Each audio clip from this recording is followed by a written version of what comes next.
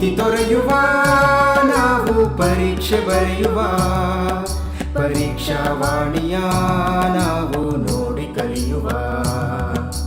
ಖಾಲಿ ಜಾಗ ಭರ್ತಿ ಮಾಡಿ ಹೊಂದಿಸಿ ಬರೆದು ಲೆಕ್ಕ ಮಾಡಿ ಚಿತ್ರ ಬರೆದು ಭಾಗವ ಹೆಸರಿಸಿ ಎಲ್ಲ ಪ್ರಶ್ನೆಗೂ ಉತ್ತರಿಸಿ.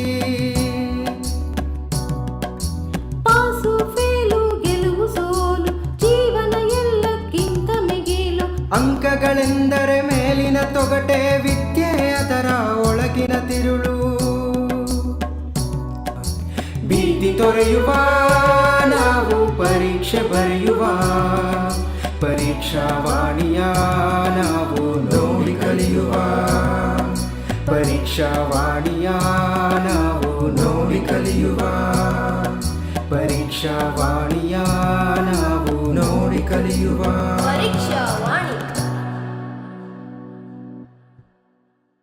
SSLC ಪರೀಕ್ಷೆಗೆ ತಯಾರಿ ನಡೆಸ್ತಾ ಇರುವಂಥ ಎಲ್ಲ ಮಕ್ಕಳಿಗೂ ಈ ಒಂದು SSLC ಪಠ್ಯದ ಪುನರ್ಮನನ ಕಾರ್ಯಕ್ರಮಕ್ಕೆ ನಿಮ್ಮೆಲ್ಲರಿಗೂ ಸ್ವಾಗತವನ್ನು ಕೋರ್ತಾ ಇದ್ದೀನಿ.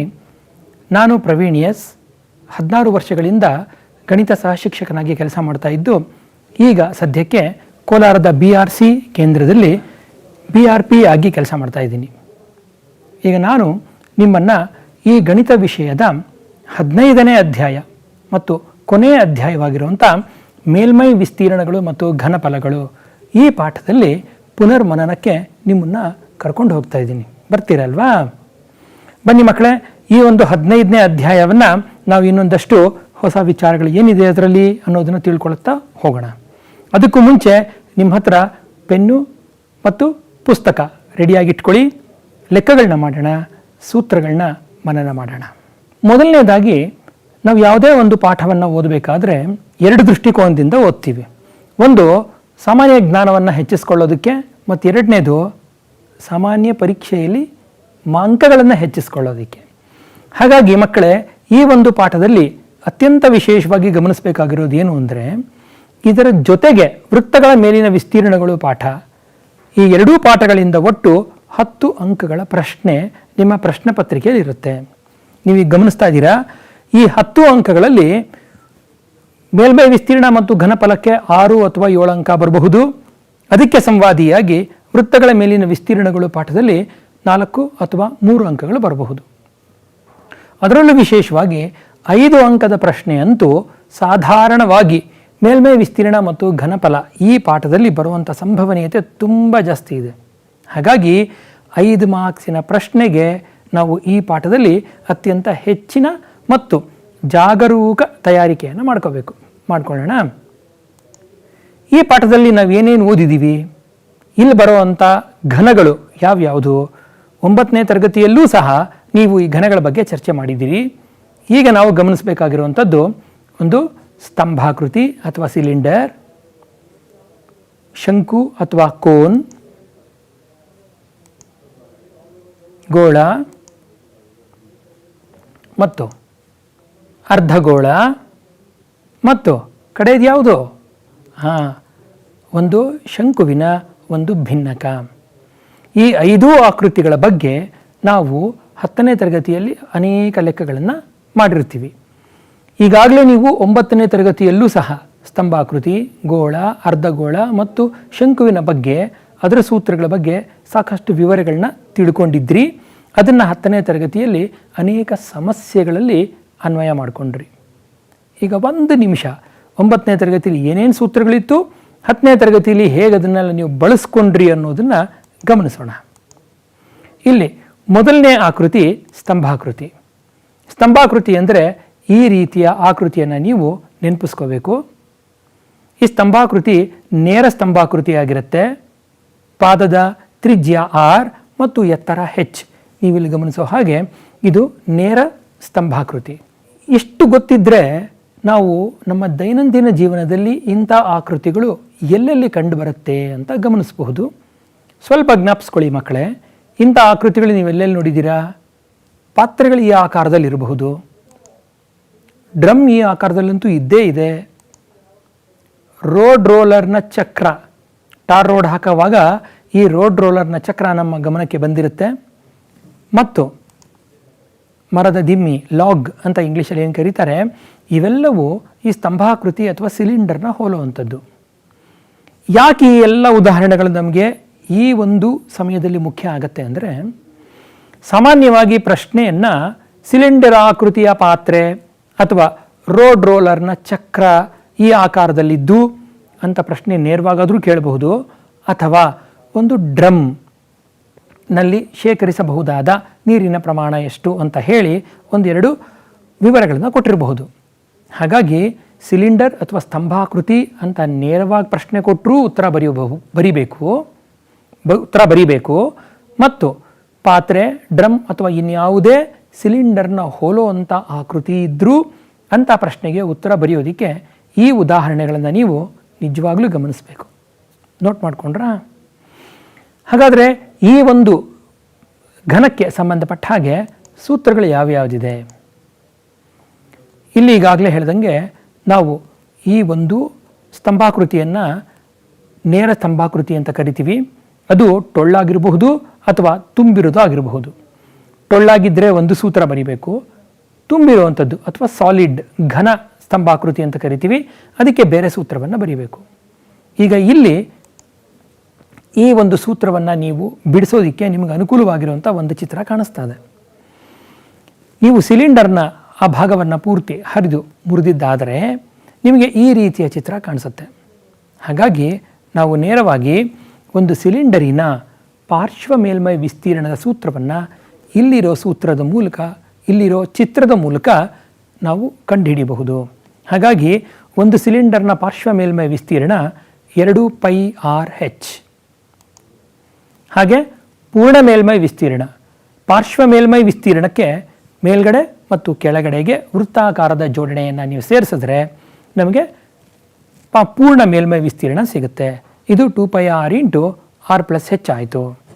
ಇದರ ಜೊತೆಗೆ ಈ ಒಂದು ಘನಾಕೃತಿಯಲ್ಲಿ ಶೇಖರಿಸಬಹುದಾದ ನೀರಿನ ಪ್ರಮಾಣ ಅಥವಾ ಗಾತ್ರ, ಇದನ್ನು ಕಂಡುಹಿಡಿಬೇಕು ಅಂತಂದರೆ ಅದರ ಘನಫಲವನ್ನು ನಾವು ಕಂಡುಹಿಡ್ಕೋಬೇಕು. ಇದರ ಘನಫಲ πr²h. ನೀವು ಇಲ್ಲಿ ಗಮನಿಸ್ತಾ ಇದ್ದೀರಾ, ಇದರ ಘನಫಲ πr²h. ಇದಿಷ್ಟು ಸ್ತಂಭಾಕೃತಿಗೆ ಸಂಬಂಧಪಟ್ಟ ಸೂತ್ರಗಳಾಗಿದ್ದವು. ಈಗ ಮತ್ತೊಂದು ಘನವನ್ನು ಪರಿಗಣಿಸೋಣ, ಶಂಕು. ಇಲ್ಲೂ ಅಷ್ಟೇ, ಶಂಕು ಅಂತ ಹೇಳಿದ ತಕ್ಷಣ ಅದು ನೇರ ಶಂಕು ಆಗಿರಬೇಕು. ನೇರ ಶಂಕು ಅಂದರೆ ಏನಪ್ಪ ಅರ್ಥ ಜ್ಞಾಪಿಸ್ಕೊಳ್ಳಿ, ಇದರ ಪಾದಕ್ಕೆ ಎತ್ತರ ಲಂಬವಾಗಿರಬೇಕು. ಇಲ್ಲಿ ನಿಮಗೆ ಲಂಬ ಎತ್ತರ ಕಾಣಿಸ್ತಾ ಇದೆ. ಈ ಒಂದು ಶಂಕುವನ್ನು, ಈ ಶಂಕುವಿನ ಆಕೃತಿಯನ್ನು ನಾವು ಪ್ರಕೃತಿಯಲ್ಲಿ ಅಥವಾ ನಮ್ಮ ದೈನಂದಿನ ಜೀವನದಲ್ಲಿ ಎಲ್ಲೆಲ್ಲಿ ನೋಡ್ತೀವಿ? ಟೋಪಿ ಈ ಆಕಾರದಲ್ಲಿರಬಹುದು, ಟೋಪಿ ಈ ಆಕಾರದಲ್ಲಿರಬಹುದು. ಎಂಥ ಟೋಪಿಗಳವು? ಅವು ಮಕ್ಕಳು ಬರ್ತ್ಡೇನಲ್ಲಿ ಹಾಕ್ಕೊಳ್ಳೋವಂಥ ಟೋಪಿಗಳು, ಅಥವಾ ಟರ್ಕಿನಲ್ಲಿ ಹಾಕ್ಕೊಳ್ಳೋವಂಥ ಕೆಲವು ಟೋಪಿಗಳು ಈ ಆಕಾರದಲ್ಲಿ ಇರುತ್ತೆ ಅಂತ ಹೇಳ್ತಾರೆ. ಐಸ್ ಕ್ರೀಮ್ ಕೋನ್, ಎಲ್ರಿಗೂ ಇಷ್ಟವಾಗಿರುವಂಥ ಐಸ್ ಕ್ರೀಮ್ ಕೋನ್ ಈ ಆಕಾರದಲ್ಲಿ ಇರಬಹುದು. ಅಥವಾ ನೀವು ಮರಳನ್ನು ಒಂದು ಕಡೆ ಗುಡ್ಡೆ ಮಾಡಿದ್ದು ಹಾಕಿದ್ರೆ ಆ ಮರಳಿನ ರಾಶಿ ಈ ಶಂಕುವಿನ ಆಕಾರವನ್ನು ತಗೊಳ್ಳುತ್ತೆ. ಈ ಶಂಕುವಿನಿಗೆ ಸಂಬಂಧಪಟ್ಟ ಸೂತ್ರಗಳನ್ನು ಗಮನಿಸೋಣ. ಈಗಾಗಲೇ ಹೇಳ್ದಂಗೆ ಶಂಕುವನ್ನು ನೀವು ಬಿಡಿಸಿ ನೋಡಿದ್ದಾದರೆ ಈ ರೀತಿಯ ಆಕಾರ ಮತ್ತು ಒಂದು ವೃತ್ತಾಕಾರ ಕಾಣಿಸ್ಕೊಳ್ಳುತ್ತೆ. ಇದರ ಪಾರ್ಶ್ವ ಮೇಲ್ಮೈ ವಿಸ್ತೀರ್ಣ πrl. r ಅನ್ನೋದು ಪಾದದ ತ್ರಿಜ್ಯ ಮತ್ತು l ಅನ್ನೋದು ಅದರ ಓರೆ ಎತ್ತರ. ಇದರ ಪೂರ್ಣ ಮೇಲ್ಮೈ ವಿಸ್ತೀರ್ಣ πr² + πrl. ಯಾಕೆ? ಪಾರ್ಶ್ವ ಮೇಲ್ಮೈ ವಿಸ್ತೀರ್ಣ ಪ್ಲಸ್ ಅದಕ್ಕೊಂದು ವೃತ್ತದ ವಿಸ್ತೀರ್ಣ ಸೇರಿಸಿದ್ರೆ ನಮಗೆ ಪೂರ್ಣ ಮೇಲ್ಮೈ ವಿಸ್ತೀರ್ಣ ಸಿಗುತ್ತೆ. ಮತ್ತು ಇದರ ಘನಫಲವನ್ನು ಕಂಡುಹಿಡಿಬೇಕು ಅಂತಂದರೆ ನಾವೇನು ಮಾಡ್ತೀವಿ? ಇಷ್ಟೇ ಆಯಾಮಗಳಿರುವಂಥ ಎತ್ತರ ಮತ್ತು ತ್ರಿಜ್ಯಗಳು ಎರಡೂ ಸಮನಾಗಿರುವಂಥ ಒಂದು ಸ್ತಂಭಾಕೃತಿಗೆ ಇದನ್ನು ಹೋಲಿಕೆ ಮಾಡ್ತೀವಿ. ಆಗ ಹೋಲಿಕೆ ಮಾಡಿದಾಗ ನಮಗೆ ಸಿಗೋವಂಥದ್ದು ಇದರ ಘನಫಲ πr²h/3. ಅಂದರೆ ಏನಾಯಿತು? ಇಷ್ಟೇ ಎತ್ತರ ಮತ್ತು ಇಷ್ಟೇ ತ್ರಿಜ್ಯ ಇರುವಂಥ ಒಂದು ಸ್ತಂಭಾಕೃತಿಯ 1/3 ಭಾಗದಷ್ಟು ಗಾತ್ರ ಇದರದಾಗಿರುತ್ತೆ. ಮುಂದಿನ ಘನವನ್ನು ನೋಡೋಣ, ಗೋಳ ಅಥವಾ ಸ್ಫಿಯರ್. ಇಲ್ಲಿ ಇದಕ್ಕೆ ಉದಾಹರಣೆಗಳು ಗಮನಿಸೋ ಹಾಗಿದ್ರೆ ಗ್ಲೋಬ್ ಅಥವಾ ಗೋಳ, ಅಟ್ಲಾಸ್ ಮ್ಯಾಪ್ಗಳಿರೋವಂಥ ಒಂದು ಗೋಳ ಗ್ಲೋಬ್, ಒಂದು ಬಾಲ್ ಅಥವಾ ಚೆಂಡು, ಮತ್ತು ಒಂದು ಕಿತ್ತಳೆ ಹಣ್ಣು ಅಥವಾ ಇನ್ನೂ ಹಲವಾರು ಈ ರೀತಿ ಈ ಆಕಾರವನ್ನು ಹೋಲುವಂಥ ಹಣ್ಣುಗಳು ಬೇಕಾದಷ್ಟಿವೆ. ಈ ಎಲ್ಲವನ್ನು ನಾವು ಇದಕ್ಕೆ ಉದಾಹರಣೆಯಾಗಿ ಪರಿಗಣಿಸಬಹುದು. ಇದರ ಸೂತ್ರಗಳೇನು ಅಂತ ಒಮ್ಮೆ ಗಮನಿಸೋಣ. ಆರ್ ತ್ರಿಜ್ಯ ಇರುವಂಥ ಒಂದು ಗೋಳ ಅಥವಾ ಸ್ಫಿಯರ್ನ ಪೂರ್ಣ ಮೇಲ್ಮೈ ವಿಸ್ತೀರ್ಣ 4πr² ಆಗಿರುತ್ತೆ. ಮತ್ತು ಆರ್ ತ್ರಿಜ್ಯ ಇರುವಂಥ ಒಂದು ಗೋಳದ ಘನಫಲ ಇಲ್ಲಿ ಕಾಣಿಸ್ತಾ ಇದೆ, v = 4/3πr³ ಆಗಿರುತ್ತೆ. ಮುಂದಿನ ಘನ ಮುಖ್ಯವಾದದ್ದು ಅರ್ಧಗೋಳ. ಈ ಅರ್ಧಗೋಳ ಗೋಳವನ್ನು ಸರಿಯಾಗಿ 2 ಸಮಭಾಗಗಳಾಗಿ ಮಾಡಿದಾಗ ಸಿಗುವಂಥ ಒಂದು ಭಾಗ. ಹಾಗಾಗಿ ಇದಕ್ಕೆ ಉದಾಹರಣೆಗಳನ್ನು ನೀವು ಗಮನಿಸೋ ಹಾಗಿದ್ದರೆ, ನಾವು ಹ್ಯಾಟ್ ಹಾಕೋತೀವಲ್ಲ ಅದರ ಒಂದು ಭಾಗ, ಟೋಪಿಯ ಒಂದು ಭಾಗ, ಹಾಗೆಯೇ ಬಾಣಲೆ ಮತ್ತು ಗುಮ್ಮಟ, ಇವೆಲ್ಲವೂ ಈ ಗೋಳಕ್ಕೆ ಉದಾಹರಣೆಗಳು. ಯಾಕೆ ಈ ಉದಾಹರಣೆಗಳನ್ನು ಗಮನಿಸಬೇಕಪ್ಪ ಅಂತಂದರೆ, ಕೆಲವೊಮ್ಮೆ ಬಾಣಲೆಯ ತ್ರಿಜ್ಯ ಇಷ್ಟಿದೆ, ಹಾಗಾಗಿ ಇದರ ಘನಫಲವನ್ನು ಕಂಡುಹಿಡಿಯಿರಿ ಅಂತ ಕೊಟ್ಟಾಗ ಆ ಬಾಣಲೆಯನ್ನು ನೀವು ಅರ್ಧಗೋಳದ ಆಕಾರವಾಗಿ ಪರಿಗಣಿಸಿ ಲೆಕ್ಕವನ್ನು ಮಾಡಬೇಕಾಗತ್ತೆ. ಆದ್ದರಿಂದ ಈ ಎಲ್ಲ ಉದಾಹರಣೆಗಳು ಮತ್ತು ಇದು ಬಿಟ್ಟು ಇನ್ನೂ ಅನೇಕ ಉದಾಹರಣೆಗಳು ಬರಬಹುದು. ಹಾಗಾಗಿ ಯಾವುದೇ ಒಂದು ಘನವನ್ನು ನೀವು ಅಭ್ಯಾಸ ಮಾಡೋಕ್ಕೆ ಮುಂಚೆ ಆ ಘನ ನಮ್ಮ ದೈನಂದಿನ ಜೀವನದಲ್ಲಿ, ನಮ್ಮ ಸುತ್ತಮುತ್ತ ಪ್ರಕೃತಿಯಲ್ಲಿ, ಪರಿಸರದಲ್ಲಿ ಯಾವ ರೀತಿಯಾಗಿ ಕಾಣಿಸುತ್ತೆ ಅನ್ನೋದನ್ನು ನೋಡೋದು ತುಂಬ ಮುಖ್ಯ. ಓಕೆ, ಈಗ ಅರ್ಧಗೋಳದ ಸೂತ್ರಗಳನ್ನು ಗಮನಿಸ್ತಾ ಬರೋಣ. ಈಗಾಗಲೇ ಗೋಳದ ವಿಚಾರ ಹೇಳಿದ ಹಾಗೆ ಗೋಳದ ಪಾರ್ಶ್ವ ಮೇಲ್ಮೈ ವಿಸ್ತೀರ್ಣ 4πr². ಹಾಗೆಯೇ ಅರ್ಧಗೋಳದ ಪಾರ್ಶ್ವ ಮೇಲ್ಮೈ ವಿಸ್ತೀರ್ಣ 2πr². ಯಾಕೆ? ಗೋಳದ ಅರ್ಧದಷ್ಟು ಇದಿದೆ. ಹಾಗೆಯೇ ಆದರೆ ಗೋಳದ ಪೂರ್ಣ ಮೇಲ್ಮೈ ವಿಸ್ತೀರ್ಣ ಮಾತ್ರ 3πr². ಕಾರಣ ಇಷ್ಟೇ, ಅದರ ಮೇಲೆ ಒಂದು ವೃತ್ತಾಕಾರದ ತಟ್ಟೆಯನ್ನು ನೀವು ಮುಚ್ಚಿದ್ದಾದರೆ ಅದರ ತ್ರಿಜ್ಯ r ಅಂತ ಆಗಿದ್ದಾಗ ಇದು 1πr² ಎಕ್ಸ್ಟ್ರಾ ಸೇರಿಕೊಳ್ಳುತ್ತೆ. ಹಾಗಾಗಿ ಪೂರ್ಣ ಮೇಲ್ಮೈ ವಿಸ್ತೀರ್ಣ 3πr². ಜೊತೆಗೆ ಇದರ ಘನಫಲ ಗೋಳದ ಘನಫಲದ ಅರ್ಧದಷ್ಟು. ಅಲ್ಲಿ 4/3 ಅಂತ ಹೇಳಿದ್ವಿ,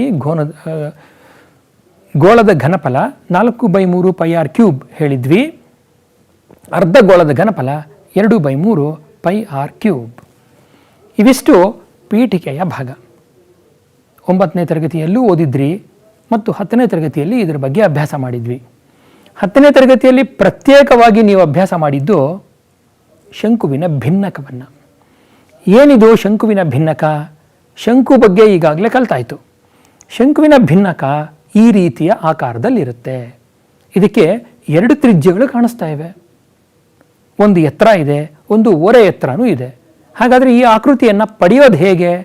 ಸ್ವಲ್ಪ ನೆನಪಿಸ್ಕೊಳ್ಳಿ. ಯಾವುದೇ ಒಂದು ಶಂಕುವಿನ ಪರಿಗಣಿಸಿ ಆ ಶಂಕುವಿನ ಪಾದದ ಸಮತಲಕ್ಕೆ ಸಮಾಂತರವಾಗಿ ಯಾವುದಾದ್ರೂ ಒಂದು ಸಮತಲವನ್ನು ತಗೊಂಡು ನೀವು ಕತ್ತರಿಸಿದ್ದಾದರೆ ನಿಮಗೆ 2 ಭಾಗಗಳು ಕಾಣುತ್ತೆ. ಇಲ್ಲಿ ನೋಡಿದ ಹಾಗೆ ಮೇಲಿನ ಭಾಗ ಶಂಕುವಿನ ಆಕೃತಿಯನ್ನು ಹೋಲಿದ್ರೆ ಕೆಳಗಿನ ಭಾಗ ಶಂಕುವಿನ ಭಿನ್ನಕವಾಗುತ್ತೆ. ಎಷ್ಟೋ ಸಾರಿ ಮನೆಗಳಲ್ಲಿ ಕ್ಯಾರೆಟ್ನ ಕಟ್ ಮಾಡುವಾಗ ನಮಗೆ ಈ ಆಕೃತಿ ಕಂಡು ಬಂದಿದ್ದುಂಟು.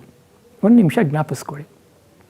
ಇದು ಶಂಕುವಿನ ಭಿನ್ನಕ ಅಥವಾ ಫ್ರಸ್ಟಮ್ ಆಫ್ ಕೋನ್ ಅಂತ ಇಂಗ್ಲೀಷಲ್ಲಿ ಕರೀತಾರೆ. ಇದು ನಿಮಗೆ 10ನೇ ತರಗತಿಯಲ್ಲೇ ಪ್ರತ್ಯೇಕವಾಗಿ ನಾವು ಬೋಧಿಸಿರೋದು. ಹಾಗಾಗಿ ಇದರ ಸೂತ್ರಗಳನ್ನು ನಾವು ಕಲಿಬೇಕು. ಆದರೆ ಸೂತ್ರಗಳನ್ನು ಕಲಿಯೋದಕ್ಕೂ ಮುಂಚೆ ಇದನ್ನು ನಾವು ಎಲ್ಲೆಲ್ಲಿ ಗಮನಿಸ್ತೀವಿ? ಈ ಶಂಕುವಿನ ಭಿನ್ನಕವನ್ನು ನಾವು ಎಲ್ಲೆಲ್ಲಿ ಗಮನಿಸ್ತೀವಿ? ಸ್ವಲ್ಪ ಜ್ಞಾಪಿಸ್ಕೊಳ್ಳಿ. ಒಂದು ಗಾಜಿನ ಲೋಟ ಆಗಿರಬಹುದು, ಒಂದು ಬಕೆಟ್ ಆಗಿರಬಹುದು ಅಲ್ವಾ? ಹಾಗೆಯೇ ಒಂದು ಕ್ಯಾರೆಟ್ನ ತುಂಡು ಅಲ್ವಾ? ಈ ಎಲ್ಲ ಸಂದರ್ಭಗಳಲ್ಲೂ ನಾವು ಈ ಶಂಕುವಿನ ಭಿನ್ನಕವನ್ನು ಗಮನಿಸ್ತೀವಿ. ಅದರ ಜೊತೆಗೆ ಈ ಶಂಕುವಿನ ಭಿನ್ನಕದ ಸೂತ್ರಗಳ ಬಗ್ಗೆ ಇಲ್ಲಿ ನೋಡ್ತಾ ಬರೋಣ. ಮೊದಲನೇದು ಪಾರ್ಶ್ವ ಮೇಲ್ಮೈ ವಿಸ್ತೀರ್ಣ. ಇದರ ಸೂತ್ರ πr1 + r2 × L. r1 ಮತ್ತು r2 ಅಂತಾದರೂ ಪರಿಗಣಿಸಿ, r ಅಥವಾ ಕ್ಯಾಪಿಟಲ್ R ಅಂತಾದರೂ ಪರಿಗಣಿಸಿ, ಯಾವುದು ಬೇಕಾದ್ರೂ ಪರಿಗಣಿಸಬಹುದು. ಇಲ್ಲಿ ಅದಕ್ಕಾಗಿಯೇ ನಾನೇನು ಮಾಡಿದ್ದೀನಿ, 2 ರೀತಿಯ ಭಿನ್ನಕದ ಚಿತ್ರ ಮತ್ತು ಸೂತ್ರ ಎರಡನ್ನೂ ಕೊಟ್ಟಿರೋದು. ಸ್ಮಾಲ್ r ಮತ್ತು ಕ್ಯಾಪಿಟಲ್ R ಆದರೂ ಬಳಸಬಹುದು, r1 ಮತ್ತು r2 ಆದರೂ ಬಳಸಬಹುದು. ಮತ್ತು ಎರಡನೇದು ಒಂದು ಭಿನ್ನಕದ ಪೂರ್ಣ ಮೇಲ್ಮೈ ವಿಸ್ತೀರ್ಣ. ಇಲ್ಲಿ ಈಗಾಗಲೇ ಗಮನಿಸ್ತಿರೋ ಹಾಗೆ pi R1 square plus pi R2 square pi R1 plus R2 into L. ಇದು ಇದರ ಪೂರ್ಣ ಮೇಲ್ಮೈ ವಿಸ್ತೀರ್ಣ. ಜೊತೆಗೆ ಇದರ ಘನಫಲ ಅಂದರೆ ಇದರ ಒಳಗೆ ನೀವೇನಾದರೂ ಅದನ್ನು ದ್ರವವನ್ನು ತುಂಬಿಸಿದ್ದಾದರೆ ಅದು ಎಷ್ಟು ಪ್ರಮಾಣವನ್ನು ಗುರುತಿಸುತ್ತೆ ಅನ್ನೋದನ್ನು ಹೇಳುವಂಥ ವಿಚಾರ. ಇಲ್ಲಿಗಾಗಲೇ ಇರೋ ಹಾಗೆ 1/3 R1 square plus R2 square plus R2 into h. ಇದು ಈ ಒಂದು ಶಂಕುವಿನ ಭಿನ್ನಕದ 3 ಸೂತ್ರಗಳು. ಮಕ್ಕಳೇ ಚೆನ್ನಾಗಿ ನೆನ್ಪಿಟ್ಕೊಳ್ಳಿ. ಸಾಧಾರಣವಾಗಿ 10ನೇ ತರಗತಿಯಲ್ಲೇ ಈ ಭಿನ್ನಕದ ಬಗ್ಗೆ ಚರ್ಚೆ ಮಾಡೋದ್ರಿಂದ ಈ 3 ಸೂತ್ರಗಳಲ್ಲಿ ಯಾವುದಾದ್ರೂ ಒಂದು ಸೂತ್ರವನ್ನು ನಿಮಗೆ ಪರೀಕ್ಷೆಯಲ್ಲಿ ನೇರವಾಗಿ ಕೊಡುವಂಥ ಸಾಧ್ಯತೆ ಇರುತ್ತೆ. ಅಂದರೆ ಪ್ರಶ್ನೆ ಹೇಗೆ ಬರಬಹುದಪ್ಪ ಅಂದರೆ, ಒಂದು ಶಂಕುವಿನ ಭಿನ್ನಕದ ಪಾರ್ಶ್ವ ಮೇಲ್ಮೈ ವಿಸ್ತೀರ್ಣ, ಆಗ ಉತ್ತರ pi R1 plus R2 into l ಅದಾದರೂ ಬರೀಬಹುದು, ಅಥವಾ pi R1 R plus r, capital r ಮತ್ತು ಸ್ಮಾಲ್ ಆರ್ನ ಬಳಸ್ಕೊಂಡಾದರೂ ಇಂಟು ಎಲ್ ಅಂತ ನೀವು ಬರೀಬಹುದು. ಅಥವಾ ಒಂದು ಶಂಕುವಿನ ಘನಫಲ ಎಷ್ಟು ಅಂತ ಕೇಳಿದಾಗ 1/3 pi into R1 square plus R2 square plus R1 R2 into h ಅಂತಾದರೂ ಬರೀಬಹುದು. ಹಾಗಾಗಿ ಈ 3 ಸೂತ್ರಗಳು ನಿಮ್ಮ ಅಭ್ಯಾಸದಲ್ಲಿ ಅತ್ಯಂತ ಮಹತ್ವದ ಪಾತ್ರವನ್ನು ವಹಿಸುತ್ತೆ ಈ ಒಂದು ಪ್ರತ್ಯೇಕವಾದ ಪಾಠದಲ್ಲಿ. ಈಗ ನಾವು ಏನೇನು ಕಲ್ತ್ಕೊಂಡ್ವಿ ಮತ್ತು ಈ ಪಾಠದಲ್ಲಿ ಇನ್ನೂ ಏನೇನೆಲ್ಲ ಇದೆ ನೋಡಿ. ಘನಗಳ ಬಗ್ಗೆ ನೋಡಿದ್ವಿ. ಸ್ತಂಭಾಕೃತಿ ಆಯಿತು, ಶಂಕು ಆಯಿತು, ಗೋಳ ಆಯಿತು, ಅರ್ಧಗೋಳ ಆಯಿತು, ಅದಾದ ಮೇಲೆ ಶಂಕುವಿನ ಭಿನ್ನಕನೂ ಆಯಿತು. ಈ ಪಾಠದಲ್ಲಿ ಇನ್ನೇನಿದೆ? ಇದರ ಮೇಲೆ ಲೆಕ್ಕಗಳನ್ನು ನಾವು 9ನೇ ಕ್ಲಾಸಲ್ಲಿ ಕಲ್ತಿದ್ರೂ ಸಹ 2 ಅಥವಾ 3 ಘನಗಳನ್ನು ಒಟ್ಟಾಗಿ ಸೇರಿಸಿ ಮಾಡುವ ಜೋಡಿಸಿದ ಘನ ಆಕೃತಿಗಳ ಬಗ್ಗೆ ನಾವು ಈ ಪಾಠದಲ್ಲಿ ಕಲಿಬೇಕಾಗಿದೆ. ಅದರ ಜೊತೆಗೆ ಒಂದು ಘನವನ್ನು ಮತ್ತೊಂದು ಘನವಾಗಿ ಪರಿವರ್ತನೆ ಮಾಡುವಂಥದ್ದು ಅಥವಾ ಒಂದು ಘನವನ್ನು ಇನ್ನೊಂದು ಘನವನ್ನಾಗಿ ಪರಿವರ್ತಿಸಿದಾಗ ಏನಾಗತ್ತೆ ಅಥವಾ ಹೇಗೆ ಪರಿವರ್ತಿಸೋದು ಅನ್ನೋದ್ರ ಬಗ್ಗೆನೂ ತಿಳ್ಕೊಳ್ಳೋದು ನಮಗೆ ಈ ಪಾಠದಲ್ಲಿ ಮುಖ್ಯ. ಹಾಗಾಗಿ ಈ ಎಲ್ಲ ಅಂಶಗಳನ್ನು ನಾವು ಗಮನದಲ್ಲಿಟ್ಕೊಂಡು ಅತ್ಯಂತ ಜಾಗೃತವಾಗಿ ನಾವು ಒಂದಷ್ಟು ಲೆಕ್ಕಗಳನ್ನು ಮಾಡೋಣ. ಆದರೆ ಲೆಕ್ಕಗಳು ಮಾಡೋಕ್ಕೆ ಮುಂಚೆ ಈ ಜೋಡಿಸಿದ ಘನ ಆಕೃತಿಗಳು ಹೇಗಿರುತ್ತವೆ ಅನ್ನೋದನ್ನು 1-2 ಉದಾಹರಣೆಗಳು ನೋಡಿಕೊಂಡು ಮುಂದುವರಿಯೋಣ. ಸಾಮಾನ್ಯವಾಗಿ ಇಲ್ಲೊಂದು ಆಟಿಕೆ ಕಾಣಿಸ್ತದೆ ನಿಮಗೆ. ಮಕ್ಕಳು ಈ ಆಟಿಕೆಯನ್ನು ತುಂಬ ಇಷ್ಟಪಡ್ತಾರೆ. ಅದಕ್ಕೆ ಎಷ್ಟೇ ಜಗ್ಗಿದ್ರು ಎಷ್ಟೇ ಗುದ್ದಿದ್ರೂ ಅದು ಕೆಳಗೆ ಬೀಳಲ್ಲ. ಅದಕ್ಕೊಂದು ವೈಜ್ಞಾನಿಕವಾದ ಕಾರಣವೂ ಇದೆ. ಈ ಆಕೃತಿ ಯಾವ 2 ಘನಗಳನ್ನು ಸೇರಿಸಿ ಆಗಿರಬಹುದು ಯೋಚಿಸಿ. ಒಂದು ಶಂಕು ಮತ್ತೊಂದು ಅರ್ಧಗೋಳ. ಈ ರೀತಿಯಾಗಿ ಜೋಡಿಸಿದ ಘನಗಳು ಈ ರೀತಿಯಾಗಿ ಕಾಣಿಸ್ಕೊಳ್ಳುತ್ತೆ. ಅದೇ ರೀತಿ 2 ಘನಗಳನ್ನು ನೀವು ಒಟ್ಟಿಗೆ ಸೇರಿಸಿದ್ದಾದರೆ ಅದು ಯಾವ ರೀತಿ ಆಗುತ್ತೆ? ಈ ರೀತಿ ಆಯತ ಘನ ಆಗುತ್ತೆ. ಅಥವಾ ಇನ್ನೂ ಹೆಚ್ಚಿದಾಗಿ ನೀವು ದೈನಂದಿನ ಜೀವನದಲ್ಲಿ ಗಮನಿಸಿರೋ ಹಾಗೆ ಒಂದು ಪೆಟ್ರೋಲ್ ಟ್ಯಾಂಕರ್ ಯಾವ ರೀತಿಯಾಗಿ ಘನಗಳಿಂದ ಜೋಡಿಸಲ್ಪಟ್ಟಿರುತ್ತೆ ಅಂತ ನೋಡೋಣ. ಇಲ್ಲಿ ನೀವು ಗಮನಿಸೋ ಹಾಗೆ ಒಂದು ಸ್ತಂಭಾಕೃತಿ ಮತ್ತು 2 ಅರ್ಧಗೋಳಗಳು. ಒಂದು ಸ್ತಂಭಾಕೃತಿ 2 ಅರ್ಧಗೋಳಗಳನ್ನು ಸೇರಿಸಿ ಮಾಡಿರುವಂಥ ಇದು ಒಂದು ಜೋಡಿಸಿದ ಘನ. ಹಾಗಾಗಿ ಮಕ್ಕಳೇ, ನೀವು ಗಮನಿಸಬೇಕಾಗಿರೋ ಅಂಶ ಏನಪ್ಪ ಅಂದರೆ, ಈ ಥರ ಜೋಡಿಸಿದ ಘನಾಕೃತಿ ಕೊಟ್ಟಾಗ ಅದರಲ್ಲಿರೋ ಅಂಥ ಪ್ರತ್ಯೇಕವಾದ ಘನಗಳು ಯಾವ್ಯಾವುದು, ಅವುಗಳ ವಿವರಗಳನ್ನು ಬರ್ಕೊಳ್ಳೋದು, ಅದಕ್ಕೆ ಲೆಕ್ಕಕ್ಕೆ ತಕ್ಕ ಹಾಗೆ ಆ ಸೂತ್ರಗಳನ್ನು ಬಳಸಿ ಆದೇಶ ಮಾಡಿ ಲೆಕ್ಕ ಮಾಡುವಂಥದ್ದು. ಬನ್ನಿ ಒಂದು ಸಮಸ್ಯೆಯನ್ನು ನೋಡೋಣ. ಇಲ್ಲಿ ಒಂದು MCQ ತೊಗೊಂಡಿದ್ದೀನಿ ನಾನು, ಬಹು ಆಯ್ಕೆ ಪ್ರಶ್ನೆ ತೊಗೊಂಡಿದ್ದೀನಿ.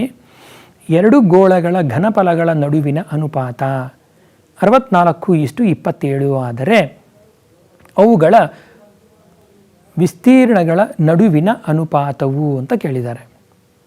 ನಾವೇನು ಮಾಡೋಣ, ಈ ಒಂದು ಪ್ರಶ್ನೆಯಲ್ಲಿ ಅವುಗಳ ತ್ರಿಜ್ಯಗಳ ನಡುವಿನ ಅನುಪಾತವನ್ನು ಕಂಡುಹಿಡಿಯೋಣ. ತ್ರಿಜ್ಯಗಳ ನಡುವಿನ ಅನುಪಾತ ಕಂಡುಹಿಡಿದ ಮೇಲೆ ನಾನು ನಿಮಗೆ ವಿಸ್ತೀರ್ಣಗಳ ಅನುಪಾತವನ್ನು ನೀವೇ ಮಾಡ್ಕೊಳ್ಳೋದಕ್ಕೆ ಅವಕಾಶ ಕೊಡ್ತೀನಿ. ಈಗ ನಾವು ಈ ಪ್ರಶ್ನೆಯಲ್ಲಿ ಮಾಡೋದು ಒಂದು ಭಾಗ ಮಾತ್ರ. ಇಲ್ಲಿ ವಿಸ್ತೀರ್ಣಗಳ ಅನುಪಾತವನ್ನು ನಾವು ತಗೋಬೇಕಾದ್ರೆ ಇಲ್ಲಿ ಗಮನಿಸಿ, V1 ಅನ್ನೋದು 4/3 ಪೈ r1 ಕ್ಯೂಬ್ ಮತ್ತು v2 ಅನ್ನೋದು 4/3 pi r2 cube. 4/3 pi r1 cube ಅನ್ನೋದು ಮೊದಲ ಗೋಳದ ಘನಫಲ. 4/3 ಪೈ r2 ಕ್ಯೂಬ್ ಅನ್ನೋದು ಎರಡನೇ ಗೋಳದ ಘನಫಲ. ಹಾಗಾಗಿ ಇವೆರಡರ ಅನುಪಾತವನ್ನು ನೀವು ಪರಿಗಣಿಸಿದಾಗ v1/v2 ಅಂತ ಬರೀತೀರ. ಇದಾದ ನಂತರ v1/v2 ಬಗ್ಗೆ ಕೊಟ್ಟಿದ್ದಾರೆ, ಅದು 64:27 ಅಂತ. ಈ 64/27 ನಾವು ಪ್ರತ್ಯೇಕವಾಗಿ 4/3 pi r1 cube 4/3 pi r2 ಕ್ಯೂಬ್ಗೆ ಪರಿಗಣಿಸೋಣ. ಇಲ್ಲಿ 4/3 ಅಂಶದಲ್ಲಿ 4/3 ಛೇದದಲ್ಲಿ ಕ್ಯಾನ್ಸಲ್ ಆಗುತ್ತೆ, ಪೈ ಮತ್ತು ಪೈ ಕ್ಯಾನ್ಸಲ್ ಆಗುತ್ತೆ, r1 ಕ್ಯೂಬ್ ಮತ್ತು r2 ಕ್ಯೂಬ್ ಮಾತ್ರ ಉಳ್ಕೊಳ್ಳುತ್ತೆ. ಆಗ ಉಳಿದಿದ್ದೇನದು r1 cube by r2 cube, ಇಷ್ಟು ಮಾತ್ರ ಉಳ್ಕೋತು. ಈಗ ಮುಂದಿನ ಪ್ರಶ್ನೆ ಏನಪ್ಪ ಅಂದರೆ, ಈ r1 ಮತ್ತು r2ಗಳನ್ನು ನಾವು ಪ್ರತ್ಯೇಕವಾಗಿ ತಗೊಳ್ಳೋ ಹಾಗಿದ್ದರೆ ನೀವೇನು ಮಾಡಬೇಕಾಗಿದೆ, ಇಲ್ಲಿ ಇದರ ಘನಮೂಲವನ್ನು ಕಂಡುಹಿಡಿಯಬೇಕಾಗಿದೆ. ಈ ಘನಮೂಲಗಳು 64/27. 64ರ ಘನಮೂಲ 4, 27ರ ಘನಮೂಲ 3. ಹಾಗಾಗಿ ಇಲ್ಲಿನ ಪ್ರಶ್ನೆ r1/r2 ಬೆಲೆ 4/3 ಆಗಿದೆ. ಆದರೆ ಪ್ರಶ್ನೆ ಪೂರ್ತಿ ಕೇಳಿಸ್ಕೊಳ್ಳಿ ಮಕ್ಕಳೇ. ಇಲ್ಲಿ ಸಾಮಾನ್ಯವಾಗಿ ಮಕ್ಕಳು ಏನು ತಪ್ಪು ಮಾಡ್ತಾರೆ, ನಾನು ಈ ಪ್ರಶ್ನೆಯನ್ನು ಈ ಕಾರಣಕ್ಕೆ ಪ್ರತ್ಯೇಕವಾಗಿ ತೊಗೊಂಡಿದ್ದು. ನಾವೇನು ಮಾಡ್ತೀವಿ, ಇಷ್ಟೆಲ್ಲ ಬರೆದ ಮೇಲೆ ಉತ್ತರ 4:3 ಅಂತ ಬರೆದ್ಬಿಟ್ಟು ಹೊರಟೋಗ್ಬಿಡ್ತೀವಿ. ಆದರೆ ಎಚ್ಚರಿಕೆ ಇರಲಿ, ಪ್ರಶ್ನೆಯಲ್ಲಿ ಕೇಳಿರೋದೇನು, ಎರಡು ಗೋಳಗಳ ಘನಫಲಗಳ ನಡುವಿನ ಅನುಪಾತ 64:27 ಆಗಿದೆ. ಅವುಗಳ ವಿಸ್ತೀರ್ಣಗಳ ಅನುಪಾತ ಕೇಳಿರೋದು ಅಂದಾಗ ನೀವು ಉತ್ತರ 4:3 ಅಂತ ಬರೆದ್ರೆ ಅದು ತಪ್ಪಾಗತ್ತೆ. ಇದೇನಿದು r1/r2 ಅನ್ನೋದು ಮಾತ್ರ 4:3. ನಾನು ಬೇಕಂತಲೇ ಈ ಪ್ರಶ್ನೆಯನ್ನು ತಗೊಂಡು 4:3 ಉತ್ತರ ಬರೆದ್ರೆ ಏನಾಗತ್ತೆ ಅಂತ ತೋರಿಸ್ತಾ ಇರೋದು. ಅದರ ಬದಲಾಗಿ ಮಕ್ಕಳೇ ಈ ಪ್ರಶ್ನೆಯನ್ನು ನೀವು ಮತ್ತೆ ಮುಂದುವರಿಸಿ. ಏನು ಮಾಡಬೇಕು, 4πr1 square by 4πr2 square ಅಂತ ತಗೊಂಡ್ರೆ 4π ಹೋಯ್ತಪ್ಪ, ಕ್ಯಾನ್ಸಲ್ ಆಯಿತು. r1 square by r2 square ಉಳೀತು. ಅಂದರೆ ಏನಾಯಿತು, 4:3 ಅನ್ನೋದು 16:9 ಆಯಿತು. ಹಾಗಾಗಿ ಈ ಪ್ರಶ್ನೆಗೆ ಸರಿಯಾದ ಉತ್ತರ ಡಿ, 16:9. ಸ್ವಲ್ಪ ಎಚ್ಚರಿಕೆ ಇಟ್ಕೊಳ್ಳಿ, ಈ ಒಂದು ವಿಚಾರ ಅತ್ಯಂತ ಮಹತ್ವಪೂರ್ಣವಾದದ್ದು. ಹಾಗಾಗಿ ನಾನು ಈ ಪ್ರಶ್ನೆಯನ್ನು ತಗೊಂಡಿದ್ದು. ಇಲ್ಲಿನ ಉತ್ತರ ಸಿ 4:3 ಅಂತ ಬರೆದ್ರೆ ನೀವು ಮಾರ್ಕ್ಸ್ ಕಳ್ಕೊತೀರಾ. ಎಚ್ಚರಿಕೆ ಇಟ್ಕೊಳ್ಳಿ, ಡಿ 16:9 ಅನ್ನೋದು ಇದರ ಉತ್ತರ. ಈಗ ಎರಡನೇ ಪ್ರಶ್ನೆಯನ್ನು ಪರಿಗಣಿಸೋಣ. 64 ಸೆಂಟಿಮೀಟರ್ ಕ್ಯೂಬ್ ಘನಫಲವನ್ನು ಹೊಂದಿರುವ ಎರಡು ವರ್ಗ ಘನಮುಖಗಳನ್ನು ಸೇರಿಸಿ ಒಂದು ಆಯತ ಘನಾಕೃತಿಯನ್ನು ಮಾಡಿದೆ. ಈ ಆಯತ ಘನಾಕೃತಿಯ ಮೇಲ್ಮೈ ವಿಸ್ತೀರ್ಣವನ್ನು ಕಂಡುಹಿಡಿಯಿರಿ. ಇಲ್ಲಿ ಪ್ರಶ್ನೆ ಏನಿದೆ, 64 ಸೆಂಟಿಮೀಟರ್ ಕ್ಯೂಬ್ ಘನಫಲವನ್ನು ಹೊಂದಿರುವ ಎರಡು ವರ್ಗ ಘನಗಳು. ಇದರ ಪರಿಹಾರವನ್ನು ಗಮನಿಸಬೇಕಾದ್ರೆ ನಮಗೆ ಒಂದು ವರ್ಗ ಘನ, ಒಂದು ಘನವನ್ನು ಪರಿಗಣಿಸೋಣ. ನಂತರ ಒಂದರ ಮೇಲೆ ಇನ್ನೊಂದು ಘನವನ್ನು ಇಟ್ಟಾಗ ಏನಾಗುತ್ತೆ ಅಂತ ನಿಮಗಿಲ್ಲಿ ಚಿತ್ರ ಕಾಣಿಸುತ್ತೆ ಅಲ್ವಾ. ಈ ಚಿತ್ರದಿಂದ ಮೂಲಕ ನಾವೇನು ಅಂಶವನ್ನು ಪರಿಗಣಿಸಬಹುದು, 64 ಸೆಂಟಿಮೀಟರ್ ಕ್ಯೂಬ್ ಅನ್ನೋದು ಎ ಕ್ಯೂಬ್. ಒಂದು ಘನದ ಅಂಚಿನ ಉದ್ದ ಎ ಆದರೆ ಎ ಬೆಲೆ ಎಷ್ಟಾಗತ್ತೆ, ಎ ಬೆಲೆ ಅನ್ನೋದು 4 ಆಯಿತು. ಅಂದಮೇಲೆ ಒಂದು ಅಂಚು, ಈ ಚಿತ್ರವನ್ನು ಎರಡನೇ ಚಿತ್ರವನ್ನು ಗಮನಿಸಿ, ಒಂದು ಉದ್ದ 4, ಅಗಲ 4, ಆದರೆ ಎತ್ತರ 4 + 4 8 ಆಗಿದೆ. ಈ ಅಂಶವನ್ನು ನಾವಲ್ಲಿ ಬರ್ಕೋಬೇಕು. ಈಗಾಗಲೇ ಕಾಣಿಸ್ತಾ ಇದೆ ನಿಮಗೆ. ಇದಾದ ನಂತರ ಇದರ ಮೇಲ್ಮೈ ವಿಸ್ತೀರ್ಣವನ್ನು ಕಂಡುಹಿಡಿಬೇಕು. ಈ ಮೇಲ್ಮೈ ವಿಸ್ತೀರ್ಣಕ್ಕೆ ನಾವು ಹಾಕ್ಕೋಬೇಕಾಗಿರೋ ಸೂತ್ರ ಆಯತ ಘನದ ಸೂತ್ರ. ಇದು ಈಗಾಗಲೇ ನಿಮಗೆ ಕಾಣಿಸ್ತಾ ಇದೆ. 2LB + 2BH + 2LH. LBH ಬೆಲೆಗಳನ್ನು ಈಗಾಗಲೇ ಇಲ್ಲಿ ಬರೆದಿದ್ದೀವಿ. ಇದನ್ನ ಆದೇಶ ಮಾಡೋಣ. ಮತ್ತು ಆದೇಶ ಮಾಡಿದ ನಂತರ ಅದನ್ನು ಸರಳ ರೂಪಕ್ಕೆ ತಂದಾಗ, ಸಂಕ್ಷೇಪಿಸಿದಾಗ ನಮಗೆ ಉತ್ತರ 160 ಸೆಂಟಿಮೀಟರ್ ಸ್ಕ್ವೇರ್ ಬಂತು. ಮಕ್ಕಳೇ, ಪ್ರಶ್ನೆನ ಸರಿಯಾಗಿ ಓದ್ಕೊಳ್ಳಿ. ಏನು ಕಂಡುಹಿಡಿಬೇಕು, ಯಾವ ಘನಗಳ ಜೋಡಣೆ ಅಲ್ಲಾಗಿದೆ, ಜೋಡಿಸಿದ ಘನ ಹೊಸದಾಗಿ ಯಾವ ಘನದ ರೂಪವನ್ನು ತಗೊಳ್ಳುತ್ತೆ ಅನ್ನೋದನ್ನೆಲ್ಲ ಪರಿಗಣಿಸಿ ಅದರ ಆಯಾಮಗಳನ್ನು ಹೊಸದಾಗಿ ಬರೆದು ಅದಕ್ಕೆ ತಕ್ಕದಾದ ಸೂತ್ರವನ್ನು ಬರೆದು ಅದನ್ನು ಆದೇಶ ಮಾಡಬೇಕು, ಸಂಕ್ಷೇಪಿಸಬೇಕು ಮತ್ತು ಕಡೆಯ ಉತ್ತರವನ್ನು ಬರೀಬೇಕು. ಈ ಎಲ್ಲ ಹಂತಗಳಿಗೂ ನಿಮಗೆ ಅಂಕಗಳು ಸಿಗುತ್ತೆ. ಹಾಗಾಗಿ ಎಲ್ಲ ಹಂತಗಳನ್ನು ಜಾಗರೂಕರಾಗಿ ಮಾಡ್ತೀರಾ ಅಲ್ವಾ? ಓಕೆ, ಇನ್ನೊಂದು ಸಮಸ್ಯೆಯನ್ನು ಪರಿಗಣಿಸೋಣ. ಒಂದು ಘನದಲ್ಲಿ ಅರ್ಧಗೋಳದ ವೃತ್ತಾಕಾರದ ಪಾದದ ಮೇಲೆ ಸಂಪೂರ್ಣವಾಗಿ ಆವರಿಸಿರುವಂತೆ ಒಂದು ಶಂಕುವು ನಿಂತಿದೆ. ಅವುಗಳ ತ್ರಿಜ್ಯಗಳು 1 ಸೆಂಟಿಮೀಟರ್ ಮತ್ತು ಶಂಕುವಿನ ಎತ್ತರವು ಅದರ ತ್ರಿಜ್ಯಕ್ಕೆ ಸಮನಾಗಿದೆ. ಈ ಘನದ ಘನಫಲವನ್ನು ಕಂಡುಹಿಡಿಯಿರಿ. ಇದಕ್ಕೆ ಪರಿಹಾರವಾಗಿ ಮೊದಲು ಚಿತ್ರವನ್ನು ಗಮನಿಸೋಣ. ನೋಡಿ, ಅರ್ಧಗೋಳದ ವೃತ್ತಾಕಾರದ ಪಾದದ ಮೇಲೆ ಸಂಪೂರ್ಣವಾಗಿ ಆವರಿಸಿರುವಂತೆ ಶಂಕು. ಅಂದರೆ ಶಂಕುವು ಆ ಅರ್ಧಗೋಳದ ಮೇಲೆ ಸರಿಯಾಗಿ ಆ ಅಂಚಿಗೆ ಹೊಂದಿಕೆ ಆಗೋ ಹಾಗೆ ಕೂತ್ಕೊಂಡಿದೆ ಅಂತ ಅರ್ಥ. ಶಂಕುವಿನ ತ್ರಿಜ್ಯ ಮತ್ತು ಕೆಳಗೆ ನಿಂತಿರುವಂತಹ ಅರ್ಧಗೋಳದ ತ್ರಿಜ್ಯ ಎರಡು ಸಮ ಆದರೆ ಮಾತ್ರನೇ ಈ ಸಂದರ್ಭ ಸೃಷ್ಟಿಯಾಗಕ್ಕೆ ಸಾಧ್ಯ. ಇಲ್ಲದೇ ಇದ್ದರೆ ಈ ಲೆಕ್ಕದಲ್ಲಿ ಪ್ರತ್ಯೇಕವಾಗಿ 2 ಘನಗಳ ತ್ರಿಜ್ಯಗಳನ್ನು ಕೊಟ್ಟಿರೋರು. ಇಲ್ಲಿ ಶಂಕುವಿನ ಎತ್ತರ ಅದರ ತ್ರಿಜ್ಯಕ್ಕೆ ಸಮನಾಗಿದೆ ಅಂತ ಕೊಟ್ಟಿದ್ದಾರೆ. ಅಂದರೆ ಶಂಕುವಿನ ಎತ್ತರ, ಶಂಕುವಿನ ತ್ರಿಜ್ಯ ಮತ್ತು ಅರ್ಧಗೋಳದ ತ್ರಿಜ್ಯ ಇವೆಲ್ಲವೂ ಸಹ 1 ಸೆಂಟಿಮೀಟರ್ ಅಂತಲೇ ನೀವು ಪರಿಗಣಿಸಬೇಕು. ಈ ಒಂದು ಪ್ರಶ್ನೆಯಲ್ಲಿ ನಿಮಗೆ ಅನುಕೂಲಕರವಾಗಿರುವಂಥ ಒಂದು ಅಂಶ ಇದೆ. ಏನದು? ಈ ಉತ್ತರವನ್ನು ನೀವು ಪೈನಲ್ಲಿ ಮಾತ್ರ ವ್ಯಕ್ತಪಡಿಸಬೇಕು. ಹೀಗಾದರೆ ಸಂತೋಷ. ಯಾಕೆ? ಪೈ ಬಂದರೆ 22/7 ಬರುತ್ತೆ.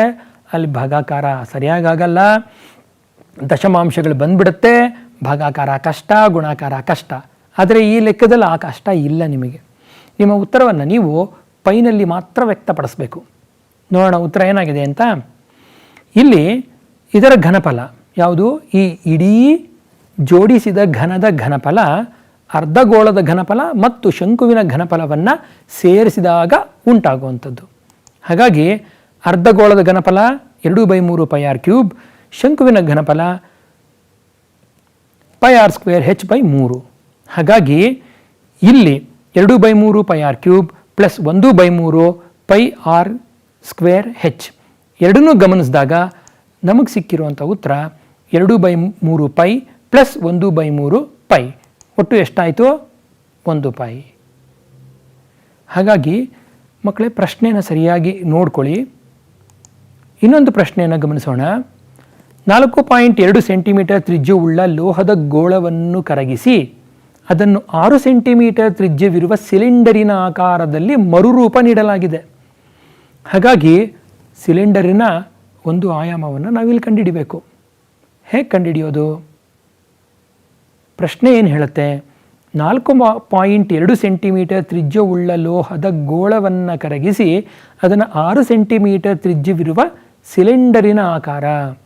ಇಲ್ಲಿ ಯಾವ ಆಕಾರಕ್ಕೆ ಪರಿವರ್ತನೆ ಆಯಿತು ನೋಡೋಣ. ಒಂದು ಗೋಳ ಒಂದು ಸಿಲಿಂಡರಿನ ಆಕಾರ ತಗೋತು. ಗೋಳದ ತ್ರಿಜ್ಯ ಮತ್ತು ಸಿಲಿಂಡರಿನ ತ್ರಿಜ್ಯ ಇಲ್ಲಿ ನಾವು ಬರ್ಕೋಬೇಕಾಗತ್ತೆ. ಅದರ ನಂತರ ನಾವು ಕಂಡುಹಿಡಿಬೇಕಾಗಿರೋದು ಅದರ ಎತ್ತರವನ್ನು. ಇಲ್ಲಿ ಒಂದು ಆಕೃತಿ, ಒಂದು ಘನಾಕೃತಿ ಮತ್ತೊಂದು ಘನಾಕೃತಿಯಾಗಿ ಪರಿವರ್ತನೆ ಹೊಂದಿದಾಗ ಅಲ್ಲಿ ಬದಲಾಗದೇ ಇರುವಂಥ ಅಂಶ ಯಾವುದು? ನಿಜ, ಅದರ ಘನಫಲ. ಇದಕ್ಕೆ ಒಂದು ಉದಾಹರಣೆ ತಗೋಬಹುದು. ಒಂದು ಜೇಡಿ ಮಣ್ಣು ತಗೊಂಡು ನೀವು ಅದರೊಂದು ಗೋಳ ಮಾಡಿದ್ದೀರ. ಅಷ್ಟೇ ಜೇಡಿ ಮಣ್ಣನ್ನು ವಿರೂಪಗೊಳಿಸಿ ಒಂದು ಉದ್ದದ ಒಂದು ಬಿಸ್ಕೆಟ್ ಥರ ಮಾಡಿದ್ದೀರಾ ಅಂತ ಅಂದ್ಕೊಳ್ಳೋಣ. ಈ ಎರಡೂ ಸಂದರ್ಭಗಳಲ್ಲಿ ಏನಾಯಿತು? ಮೊದಲದ್ದು ಗೋಳ, ಎರಡನೆಯದು ಆಯತಘನ. ಗೋಳ ಆಯತಘನವಾಗಿ ಪರಿವರ್ತನೆ ಆಯಿತು, ಆದರೆ ನೀವು ಬಳಸಿದ ಮಾತ್ರ ಅಷ್ಟೇ ಪ್ರಮಾಣದ ಜೇಡಿಮಣ್ಣು. ಹಾಗಾಗಿ ಇಲ್ಲಿ ಪ್ರಮಾಣ ಅಥವಾ ಘನಫಲ ಸಮನಾಗಿರುತ್ತೆ. ಇದು ತುಂಬ ಮುಖ್ಯ. ಇದು ನಮ್ಗೆ ಇನ್ನೂ ಒಂದು ಅಡ್ವಾಂಟೇಜ್ ಕೊಡುತ್ತೆ. ಈ ಥರ ಆದಾಗ ಏನು ಮಾಡಬಹುದು? ನಮಗೆ ಅತ್ಯಂತ ದೊಡ್ಡ ಸಮಸ್ಯೆ ಉಂಟು ಮಾಡೋದೇ ಪೈ. ಎರಡೂ ಪೈನ ಕ್ಯಾನ್ಸಲ್ ಮಾಡಿಬಿಡ್ಬೋದು ನೋಡಿ. ಇಲ್ಲಿ ಈ ಹಂತದಲ್ಲಿ ಎರಡೂ ಪೈನ ಕ್ಯಾನ್ಸಲ್ ಮಾಡಿ ಮೊದಲು ಸೂತ್ರ ಬರೀರಿ, ನಂತರ ಪೈಗಳನ್ನು ಕ್ಯಾನ್ಸಲ್ ಮಾಡಿ, ನಂತರ ಸಮನಾದ ಅಂಶಗಳು ಎರಡೂ ಕಡೆ ಇರುವಂಥ ಯಾವುದೇ ಎಷ್ಟೇ ಅಂಶ ಇದ್ದರೂ ಅದನ್ನೆಲ್ಲ ಕ್ಯಾನ್ಸಲ್ ಮಾಡಿ ಹೆಚ್ಚಿಗೆ ಒಂದು ಸೂತ್ರವನ್ನು ಬರ್ಕೋಬೇಕು. ಹೆಚ್ಚಿನ ಒಂದು ಸೂತ್ರ ಇಲ್ಲಿ ಕಾಣಿಸ್ತಾ ಇದೆ ನಿಮಗೆ. ಹಾಗಾಗಿ ಹೆಚ್ಚಿನ ಬೆಲೆ 296.352 ಡಿವೈಡೆಡ್ ಬೈ 108 ಅಂದರೆ 2.744 ಸೆಂಟಿಮೀಟರ್ ಆಗಿದೆ. ಅಂದರೆ ಒಂದು ಗೋಳವನ್ನು ನೀವು ಸ್ತಂಭಾಕೃತಿಯಾಗಿ ಬೆಲೆ 6 ಇಂತ ಇರುವಾಗ ಹೆಚ್ಚಿನ ಬೆಲೆ 2.744 ಸೆಂಟಿಮೀಟರ್ ಆಗಿರುತ್ತೆ. ಅಂದರೆ ಇಲ್ಲಿ ಎರಡೂ ಘನಾಕೃತಿಯ ಘನಫಲಗಳು ಸಮನಾಗಿವೆ. ಅದು ತುಂಬ ಮುಖ್ಯ. ಇನ್ನೊಂದು ಮುಖ್ಯವಾದ ಅಂಶ ಏನಪ್ಪ ಅಂದರೆ ಪೈಗಳು ಕ್ಯಾನ್ಸಲ್ ಮಾಡಬಹುದು. ಓಕೆ, ಇನ್ನೊಂದು ಸಮಸ್ಯೆಯನ್ನು ತಗೊಳ್ಳೋಣ. ಈ ಸಮಸ್ಯೆ ಒಂದು ಟಿಪಿಕಲ್ ಆಗಿರುವಂಥ 5 ಅಂಕದ ಸಮಸ್ಯೆ. ನಾನು ಪ್ರಾರಂಭದಲ್ಲೇ ಹೇಳಿದಾಗೆ ಈ ಪಾಠದಲ್ಲಿ 5 ಅಂಕದ ಪ್ರಶ್ನೆ ಬರೋ ಅಂಥ ಸಾಧ್ಯತೆ ತುಂಬ ಜಾಸ್ತಿ. ಈ ಒಂದು ಪ್ರಶ್ನೆಯನ್ನು ಸ್ವಲ್ಪ ದೀರ್ಘವಾಗಿದ್ದು ಅದನ್ನು ಓದ್ಕೋಬೇಕಾಗತ್ತೆ. ಮೇಲ್ಭಾಗದಲ್ಲಿ ತೆರೆದಿರುವ ಮತ್ತು ಲೋಹದ ಹಾಳೆಯಿಂದ ಮಾಡಿದ ಒಂದು ಪಾತ್ರೆಯು ಶಂಕುವಿನ ಭಿನ್ನಕದ ಆಕಾರದಲ್ಲಿದೆ. ಶಂಕುವಿನ ಭಿನ್ನಕದ ಎತ್ತರ 16 ಸೆಂಟಿಮೀಟರ್. ಅದರ ಕೆಳಭಾಗದ ಮತ್ತು ಮೇಲ್ಭಾಗದ ತ್ರಿಜ್ಯಗಳು 8 ಮತ್ತು 20 ಸೆಂಟಿಮೀಟರ್ ಕ್ರಮವಾಗಿ ಇದೆ. ಈ ಪಾತ್ರೆಯನ್ನು ಹಾಲಿನಿಂದ ಸಂಪೂರ್ಣವಾಗಿ ತುಂಬಿಸಬೇಕಿದೆ. 1 ಲೀಟರ್ ಹಾಲಿನ ಬೆಲೆಯು ರೂ 20ರಂತೆ ಹಾಲನ್ನು ಕೊಳ್ಳಲು ಎಷ್ಟು ಹಣ ಬೇಕು? ಲೋಹದ ಹಾಳೆಯ ದರ ಪ್ರತಿ 100 ಚದರ ಸೆಂಟಿಮೀಟರ್ಗೆ 8 ರೂ ಆದರೆ ಇಡೀ ಪಾತ್ರೆಯನ್ನು ನಿರ್ಮಿಸಲು ಎಷ್ಟು ಹಣ ಬೇಕು? ಜೊತೆಗೆ ಇನ್ನೊಂದು ಮುಖ್ಯವಾದ ಅಂಶ ಅಂದರೆ ಈ ಲೆಕ್ಕದಲ್ಲಿ ಪೈನ ಬೆಲೆ ಅವರೇ ಕೊಟ್ಟಿದ್ದಾರೆ 3.14 ಅಂತ. ಹಾಗಾಗಿ 3.14 ಪೈ ಬೆಲೆಯನ್ನು ಆದೇಶ ಮಾಡಿ ನಾವು ಈ ಲೆಕ್ಕವನ್ನು ಬಿಡಿಸಬೇಕು. ಈ ಲೆಕ್ಕದಲ್ಲಿ ಈಗಾಗಲೇ ಕಂಡ ಹಾಗೆ 4 ಅಂಶಗಳು ನಮ್ಮ ಪರಿಗಣನೆಗೆ ಬಂತು. ಮೊದಲನೇದು ಆ ಒಂದು ಭಿನ್ನಕ ಆಕಾರದ ಲೋಟದ ಘನಫಲ ಕಂಡುಹಿಡಿಬೇಕು. ಘನಫಲ ಕಂಡುಹಿಡಿದು ಅದರಲ್ಲಿ ಎಷ್ಟು ಹಾಲು ಹಿಡಿಸುತ್ತೆ ಅಂತ ಗೊತ್ತಾಗತ್ತೆ. ನಂತರ ಅದಕ್ಕೆ ಎಷ್ಟು ಬೆಲೆಯನ್ನು ಕೊಡಬೇಕು ಅಂತ ಕಂಡುಹಿಡಿಬೇಕು. ಮತ್ತು ಈ ಆಕಾರದ ಒಂದು ಪಾತ್ರೆಯನ್ನು ಮಾಡೋದಕ್ಕೆ ಲೋಹದ ಹಾಳೆ ಎಷ್ಟು ಬೇಕು, ಅದು ಅದರ ಪೂರ್ಣ ಮೇಲ್ಮೈ ವಿಸ್ತೀರ್ಣ, ಅದರ ನಂತರ ಅದಕ್ಕೆ ಎಷ್ಟು ಬೆಲೆ ಆಗುತ್ತೆ ಅನ್ನೋದನ್ನು ಕಂಡುಹಿಡಿಬೇಕು. ಹಾಗಾಗಿ ಈ ಸಮಸ್ಯೆಯನ್ನು ನಾವು ಈ ರೀತಿಯಾಗಿ ಪರಿಹರಿಸಬಹುದು. ಮೊದಲನೇದು ಒಂದು ಚಿತ್ರ ಬರೆಯೋಣ. ಇಲ್ಲಿ ಕೊಟ್ಟಿರೋದು ಶಂಕುವಿನ ಭಿನ್ನಕ. ಹಾಗಾಗಿ ಶಂಕುವಿನ ಭಿನ್ನಕ 2 ತ್ರಿಜ್ಯಗಳು, ಎತ್ತರ. ಇಲ್ಲಿ ನಾನು ಈ ಲೆಕ್ಕವನ್ನು ಸುಮಾರು 5 ಭಾಗಗಳಾಗಿ ವಿಂಗಡಿಸ್ಕೊಂಡಿದ್ದೀನಿ. ಈ ಲೆಕ್ಕದ ಪರಿಹಾರದಲ್ಲಿ ನಮಗೆ ಇಷ್ಟು ಭಾಗಗಳು ಕಂಡುಬರುತ್ತವೆ. ಅತ್ಯಂತ ಪ್ರಧಾನವಾಗಿ ಮೊದಲನೇದು R1 = 20 ಸೆಂಟಿಮೀಟರ್, R2 = 8 ಸೆಂಟಿಮೀಟರ್ ಮತ್ತು H = 16 ಸೆಂಟಿಮೀಟರ್. ಮೊದಲು ದತ್ತ ವಿವರವನ್ನು ನಾವು ದಾಖಲಿಸ್ಕೋಬೇಕು. ಚಿತ್ರ ಇದೆ, ದತ್ತ ವಿವರ ಇದೆ. ಈಗ ನಮಗೇನು ಬೇಕಾಗಿದೆ? ಈಗ ನಮಗೆ ಇದರ ಪೂರ್ಣ ಮೇಲ್ಮೈ ವಿಸ್ತೀರ್ಣ ಬೇಕಾಗಿರೋದ್ರಿಂದ ಈ ಒಂದು ಭಿನ್ನಕದಲ್ಲಿ ಒಂದು ಅಂಶ ಕಣ್ಮರೆಯಾಗಿದೆ. ಯಾವುದು ಆ ಅಂಶ? ಇದಕ್ಕೆ ನಮಗೆ ಬೇಕಾಗಿರುವಂಥದ್ದು ಇದರ ಓರೆ ಎತ್ತರ. ಓರೆ ಎತ್ತರ, ತ್ರಿಜ್ಯಗಳು ಮತ್ತು ಎತ್ತರ ಇವೆಲ್ಲವನ್ನು ಸಂಯೋಜಿಸುವ ಒಂದು ಸೂತ್ರ ಇಲ್ಲಿದೆ. ಈ ಸೂತ್ರದ ಅಂದರೆ L = √h² + R1 - R2 2. ಇಲ್ಲಿ ಬೆಲೆಗಳನ್ನು ಆದೇಶ ಮಾಡಿದ ನಂತರ ಎಲ್ನ ಬೆಲೆ ಏನು ಬಂತು? √256 + 144 ಅಂದರೆ √400, ಅದು 20 ಸೆಂಟಿಮೀಟರ್. ಇದು ಓರೆ ಎತ್ತರದ ಬೆಲೆ. ಇಲ್ಲಿ ನಾನು ಅದನ್ನು ಯಾಕೆ ಹೈಲೈಟ್ ಮಾಡಿದ್ದೀನಿ ಅಂದರೆ ಮಕ್ಕಳೇ ಚೆನ್ನಾಗಿ ಅರ್ಥ ಮಾಡ್ಕೊಳ್ಳಿ. ಯಾವ್ಯಾವುದು ಅತ್ಯಂತ ಮುಖ್ಯವಾದ ಭಾಗಗಳು ಬರುತ್ತೆ ಅದನ್ನು ಹೈಲೈಟ್ ಮಾಡಬೇಕು. ಅಥವಾ ಅದಕ್ಕೊಂದು ಚೌಕಾಕಾರ ಅಥವಾ ಆಯತಾಕಾರದ ಬಾಕ್ಸ್ ಒಂದು ಹಾಕಿಟ್ರೆ ನೀವು ಅದನ್ನು ನೋಡಿಕೊಂಡು ಮುಂದುವರಿಯೋದಕ್ಕೆ ಅನುಕೂಲ. ಮತ್ತು ನಿಮ್ಮ ಪೇಪರ್ನ ಇವ್ಯಾಲ್ಯೂಯೇಷನ್ ಮಾಡ್ತಾ ಇರುವಂಥ ಟೀಚರ್ಗೂ ಸಹ ಅದು ಅನುಕೂಲ ಕಲ್ಪಿಸುತ್ತೆ. ಹಾಗಾಗಿ ನಿಮ್ಮ ಅಂಕಗಳು ಎಲ್ಲೂ ಹಾಳಾಗದಿರೋ ಹಾಗೆ ನಿಮ್ಮದ ಅಂಕಗಳು ನಿಮಗೇ ಬರೋ ಹಾಗೆ ಅನುಕೂಲ ಮಾಡಿಕೊಡುತ್ತೆ. ಮುಂದಿನ ಹಂತ ನೋಡೋಣ. ಮುಂದಿನ ಹಂತದಲ್ಲಿ ನಾವೇನು ಮಾಡಬೇಕು, ಭಿನ್ನಕದ ಪಾರ್ಶ್ವ ಮೇಲ್ಮೈ ವಿಸ್ತೀರ್ಣ ಕಂಡುಹಿಡಿಬೇಕು. ಅದಕ್ಕಾಗೇ ಈ ಎಲ್ ಬೆಲೆ ಕಂಡುಹಿಡಿದಿದ್ದು. ಇದರ ಪಾರ್ಶ್ವ ಮೇಲ್ಮೈ ವಿಸ್ತೀರ್ಣ pi R1 + R2 into L ಈಗಾಗಲೇ ನಾವು ಗಮನಿಸಿದ್ದೀವಿ. ಆದೇಶ ಮಾಡಿ 3.14ನ್ನೇ ಆದೇಶ ಮಾಡಬೇಕು, 22/7 ಅಲ್ಲ. ಎರಡೂ ಒಂದೇ ಅಲ್ವಾ? ಲೆಕ್ಕದಲ್ಲಿ ಯಾವ ಬೆಲೆಗೆ ಪೈಯನ್ನು ಕೊಟ್ಟಿದ್ದಾರೆ ಆ ಪೈ ಬೆಲೆಯನ್ನೇ ನೀವು ಇಲ್ಲಿ ಆದೇಶ ಮಾಡಬೇಕು. ಇಲ್ಲಿ ಆದೇಶ ಮಾಡಿದಾಗ ನಮಗೆ ಎಷ್ಟು ಬಂತು? ಇದರ ಭಿನ್ನಕದ ಪಾರ್ಶ್ವ ಮೇಲ್ಮೈ ವಿಸ್ತೀರ್ಣ 1758.4 ಸೆಂಟಿಮೀಟರ್ ಸ್ಕ್ವೇರ್ ಬಂದಿದೆ. ಇದು ಒಂದು ಭಾಗ ಆಯಿತು. ಎರಡನೇ ಭಾಗದಲ್ಲಿ ನಾವು ಕಂಡುಹಿಡಿಯಬೇಕಾಗಿರುವಂಥದ್ದು ಪೂರ್ಣ ಮೇಲ್ಮೈ ವಿಸ್ತೀರ್ಣ. ಪೂರ್ಣ ಮೇಲ್ಮೈ ವಿಸ್ತೀರ್ಣ ಅಂತಂದರೆ ಇಲ್ಲಿ ಮೇಲ್ಭಾಗದಲ್ಲಿ ತೆರೆದಿರುವ ಭಿನ್ನಕ ಅಂತ ಕೊಟ್ಟಿರೋದು. ಹಾಗಾಗಿ ಕೆಳಭಾಗದ ವಿಸ್ತೀರ್ಣವನ್ನು ಮಾತ್ರ ಪರಿಗಣಿಸಿ ಇದರ ಪೂರ್ಣ ಮೇಲ್ಮೈ ವಿಸ್ತೀರ್ಣವನ್ನು ನಾವು ಕಂಡುಕೋಬೇಕು.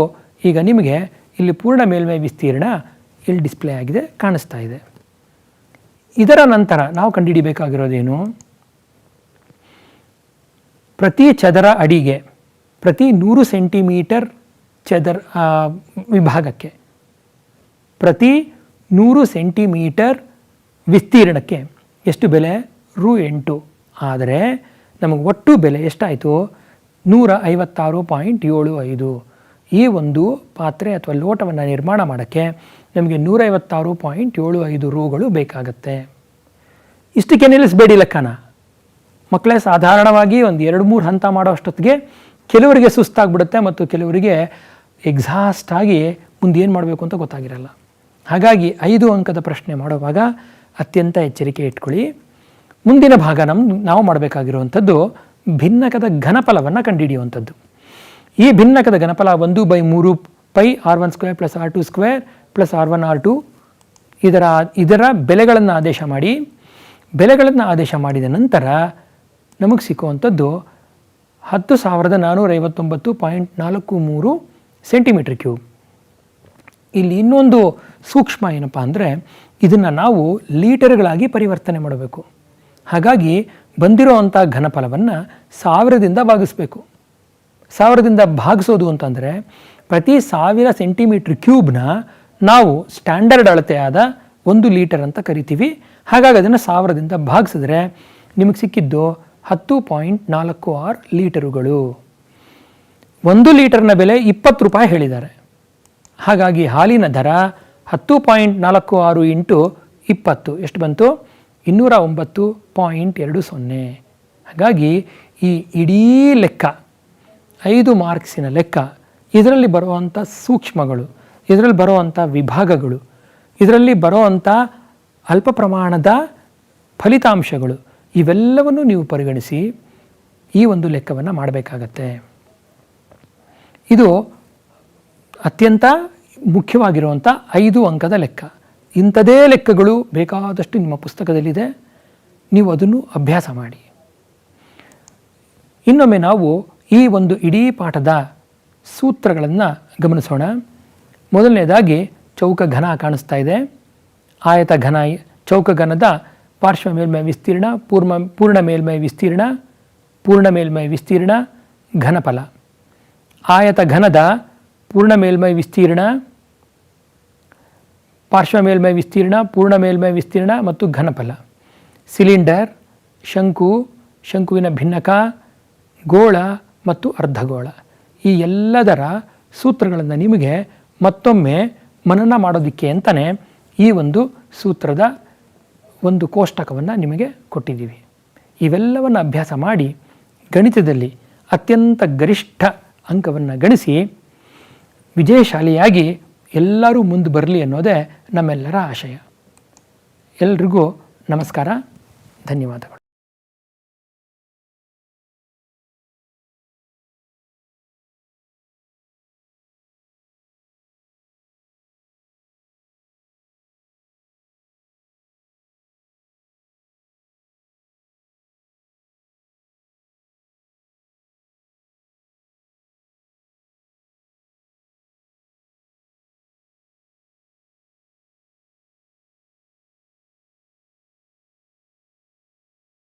ಪ್ರೀತಿಯ ವಿದ್ಯಾರ್ಥಿಗಳೇ, ನಾನು ನಿಮ್ಮ ಚನ್ನಪ್ಪ KM, ಸಹ ಶಿಕ್ಷಕರು, ಸರ್ಕಾರಿ ಪದವಿ ಪೂರ್ವ ಕಾಲೇಜು, ದೇವನಹಳ್ಳಿ, ಬೆಂಗಳೂರು ಗ್ರಾಮಾಂತರ ಜಿಲ್ಲೆ. ಇವತ್ತು ಭೌತಶಾಸ್ತ್ರದ ಮತ್ತೊಂದು ಅಧ್ಯಾಯದ ವಿವರಣೆಯನ್ನು ನಿಮಗೆ ಕೊಡ್ಲಿಕ್ಕೆ ಬಂದಿದ್ದೇನೆ. ಪ್ರೀತಿಯ ಮಕ್ಕಳೇ, ಈ ಜಗತ್ತು ಹಲವಾರು ವೈಶಿಷ್ಟ್ಯಗಳ ತಾಣ, ಹಲವಾರು ವಿಸ್ಮಯಗಳ ತಾಣವೂ ಕೂಡ. ಈ ವಿಸ್ಮಯಗಳಲ್ಲಿ ಒಂದು ನಮ್ಮ ಅಸ್ತಿತ್ವ, ಈ ಜೀವರಾಶಿಗಳ ಉಪಸ್ಥಿತಿ. ಇದರಲ್ಲಿ ಮತ್ತೊಂದು ವಿಶೇಷತೆ ಏನು ಅಂತ ಅಂದರೆ ನಮ್ಮ ಕಣ್ಣು. ಇಡೀ ಈ ಸುಂದರ ಜಗತ್ತನ್ನು, ವರ್ಣಮಯ ಜಗತ್ತನ್ನು ನೋಡಲಿಕ್ಕೆ ಸಹಕರಿಸ್ತಿರುವಂಥ ಈ ಕಣ್ಣಿನ ಬಗ್ಗೆ, ಇದರ ಭಾಗಗಳು, ಇದರ ಕಾರ್ಯಗಳು, ಇದನ್ನು ಕಾಡುವಂತಹ ಸಾಮಾನ್ಯ ದೋಷಗಳು ಹಾಗೂ ಅವುಗಳಿಗೆ ಪರಿಹಾರ ಮತ್ತು ಮುಂದುವರೆದು ಈ ಒಂದು ವಿದ್ಯಮಾನವನ್ನು ನಡೆಯುತ್ತಲ್ಲ ವಾತಾವರಣದಲ್ಲಿ, ಬೆಳಕಿನ ವರ್ಣ ವಿಭಜನೆ ಮತ್ತು ವಕ್ರೀಭವನದ ಪರಿಣಾಮವಾಗಿ, ಬೆಳಕಿನ ಚದುರಿಕೆಯ ಪರಿಣಾಮವಾಗಿ ಹಲವಾರು ಕೌತುಕಗಳು ನಮ್ಮ ವಾತಾವರಣದಲ್ಲಿ ನಡೀತಿದ್ದಾವೆ. ಅದರಲ್ಲಿ ಕೆಲವೊಂದನ್ನು ತಿಳ್ಕೊಳ್ಳಿಕ್ಕೆ ಇವತ್ತಿನ ಈ ಅಧ್ಯಾಯದಲ್ಲಿ ಪ್ರಯತ್ನಿಸೋಣ. ಮಕ್ಕಳೇ, ತಾವೆಲ್ಲರೂ ಸಿದ್ಧರಿದ್ದೀರಲ್ವಾ? ಈಗಾಗಲೇ ನೀವು ಈ ಅಧ್ಯಾಯದ ಬಗ್ಗೆ ಸಾಕಷ್ಟು ಅಂಶಗಳನ್ನ ತರಗತಿ ಸನ್ನಿವೇಶದಲ್ಲಿ ತಿಳ್ಕೊಂಡಿದ್ದೀರಿ. ಇವತ್ತಿನ ಈ ತರಗತಿಯಲ್ಲಿ ಆ ಎಲ್ಲ ಅಂಶಗಳನ್ನ ಮತ್ತೊಮ್ಮೆ ಪುನರ್ಮನನ ಮಾಡಿಕೊಳ್ಳೋಣ. ಮಕ್ಕಳೇ, ಮೊದಲನೇದಾಗಿ ಕಣ್ಣಿನ ಭಾಗಗಳು ಮತ್ತು ಅದರ ಕಾರ್ಯಗಳನ್ನ ನಿಮಗೆ ತಿಳಿಸ್ಕೊಡ್ತೀನಿ. ವರ್ಣಪಟಲ ಒಂದು ಭಾಗ ಬರುತ್ತೆ, ತದನಂತರ ಬರುವಂಥದ್ದು ಪಾಪೆ. ಈ ಪಾಪೆ ನಮ್ಮ ಕಣ್ಣಿನ ಒಳಗಡೆ ಎಷ್ಟು ಪ್ರಮಾಣದ ಬೆಳಕು ಹೋಗಬೇಕು, ಸ್ಪಷ್ಟವಾದಂತಹ ಪ್ರತಿಬಿಂಬ ಅಥವಾ ಯಾವುದೇ ವಸ್ತುವನ್ನು ಸ್ಪಷ್ಟವಾಗಿ ನೋಡಲಿಕ್ಕೆ ನಮಗೆ ಬೆಳಕಿನ ಪ್ರಮಾಣ ಎಷ್ಟಿರಬೇಕು ಅನ್ನೋದನ್ನು ಈ ಪಾಪೆ ನಿರ್ಧರಿಸುತ್ತೆ. ನಿಮಗೆ ಸಾಮಾನ್ಯವಾಗಿ ಈ ಸಿನಿಮಾ ಥಿಯೇಟ್ರಿಗೆ ಸಿನಿಮಾ ನೋಡಲಿಕ್ಕೆ ಹೊರಟಾಗ ಹಗಲಿನ ವೇಳೆಯಲ್ಲಿ ಆ ಟೈಮಲ್ಲಿ ಏನಾಗುತ್ತೆ, ಈ ಬೆಳಕಿನ ಪ್ರಖರತೆ ಇರುವಂತಹ ಪ್ರದೇಶದಿಂದ ಥಿಯೇಟ್ರ್ ಒಳಗಡೆ ಹೋಗ್ತೀರಿ. ಆ ಥಿಯೇಟ್ರ್ ಒಳಗಡೆ ಇರುವಂತಹ ಈ ಯಾವುದೇ ಆಸನಗಳಾಗಲಿ ಅಥವಾ ವ್ಯಕ್ತಿಗಳಾಗಲಿ ತತ್ಕ್ಷಣ ಕಾಣೋದಿಲ್ಲ. ಸ್ವಲ್ಪ ಸಮಯದ ನಂತರ ನಿಮಗೆ ಇಡೀ ಥಿಯೇಟರ್ನ ಚಿತ್ರಣ, ಸಿನಿಮಾ ಹಾಲ್ನ ಚಿತ್ರಣ ಗೊತ್ತಾಗುತ್ತೆ. ಆನಂತರ ಸಿನಿಮಾ ಮುಗಿಯುತ್ತೆ, ಸಿನಿಮಾ ಥಿಯೇಟ್ರಿಂದ ಆಚೆ ಬರ್ತೀರಿ. ಆಗಲೂ ಕೂಡ ನಿಮಗೆ ಕಣ್ಣನ್ನು ಸಾಮಾನ್ಯವಾಗಿ ನಾವೇನು ಒಂದು ನಿರ್ದಿಷ್ಟವಾದ ಜಾಗದಲ್ಲಿ ಬಿಟ್ಟಂತಹ ಕಣ್ಣನ್ನು ಬಿಡೋಕ್ಕಾಗಲ್ಲ. ಯಾಕೆಂದರೆ ನಮಗಲ್ಲಿ ಬೆಳಕಿನ ತೀವ್ರತೆ ಜಾಸ್ತಿ ಇರುತ್ತೆ. ನಾವು ಕಣ್ಣನ್ನು ಮುಚ್ಚೋ ಪ್ರಯತ್ನವನ್ನು ಮಾಡ್ತೀವಿ. ಸ್ವಲ್ಪ ಸಮಯದ ನಂತರ ಮತ್ತೆ ನಮಗೆ ಆ ಕಣ್ಣು ಬೆಳಕನ್ನು ಅಥವಾ ಅಲ್ಲಿ ವಸ್ತುಗಳನ್ನು ನೋಡಲಿಕ್ಕೆ ಸಹಕರಿಸುತ್ತೆ. ಈ ಎರಡೂ ಸಂದರ್ಭಗಳಲ್ಲಿ ಈ ಪಾಪೆ ಈ ಬೆಳಕಿನ ಪ್ರಮಾಣವನ್ನು ಹೆಚ್ಚು ಮಾಡುವಂಥದ್ದು ಮತ್ತು ಕಡಿಮೆ ಮಾಡುವಂತಹ ಕೆಲಸವನ್ನು ಮಾಡುತ್ತೆ. ತದನಂತರ ನಮಗೆ ಮತ್ತೆರಡು ಪ್ರಮುಖವಾದಂಥ ಭಾಗಗಳಿದೆ. ಅದೇ ಸ್ಫಟಿಕ ಮಸೂರ ಮತ್ತು ರೆಟಿನಾ. ಸ್ಫಟಿಕ ಮಸೂರದ ಕೆಲಸ ಏನಾಗಿದ್ರೆ, ವಿವಿಧ ಅಂತರದಲ್ಲಿರುವಂತಹ ವಸ್ತುಗಳನ್ನು ರೆಟಿನಾದ ಮೇಲೆ ಕೇಂದ್ರೀಕರಿಸಲು ಅದಕ್ಕೆ ಬೇಕಾದಂತಹ ಸಂಗಮ ದೂರವನ್ನು, ಸೂಕ್ಷ್ಮ ಹೊಂದಾಣಿಕೆಯನ್ನು ಸ್ಫಟಿಕ ಮಸೂರ ಒದಗಿಸುತ್ತೆ.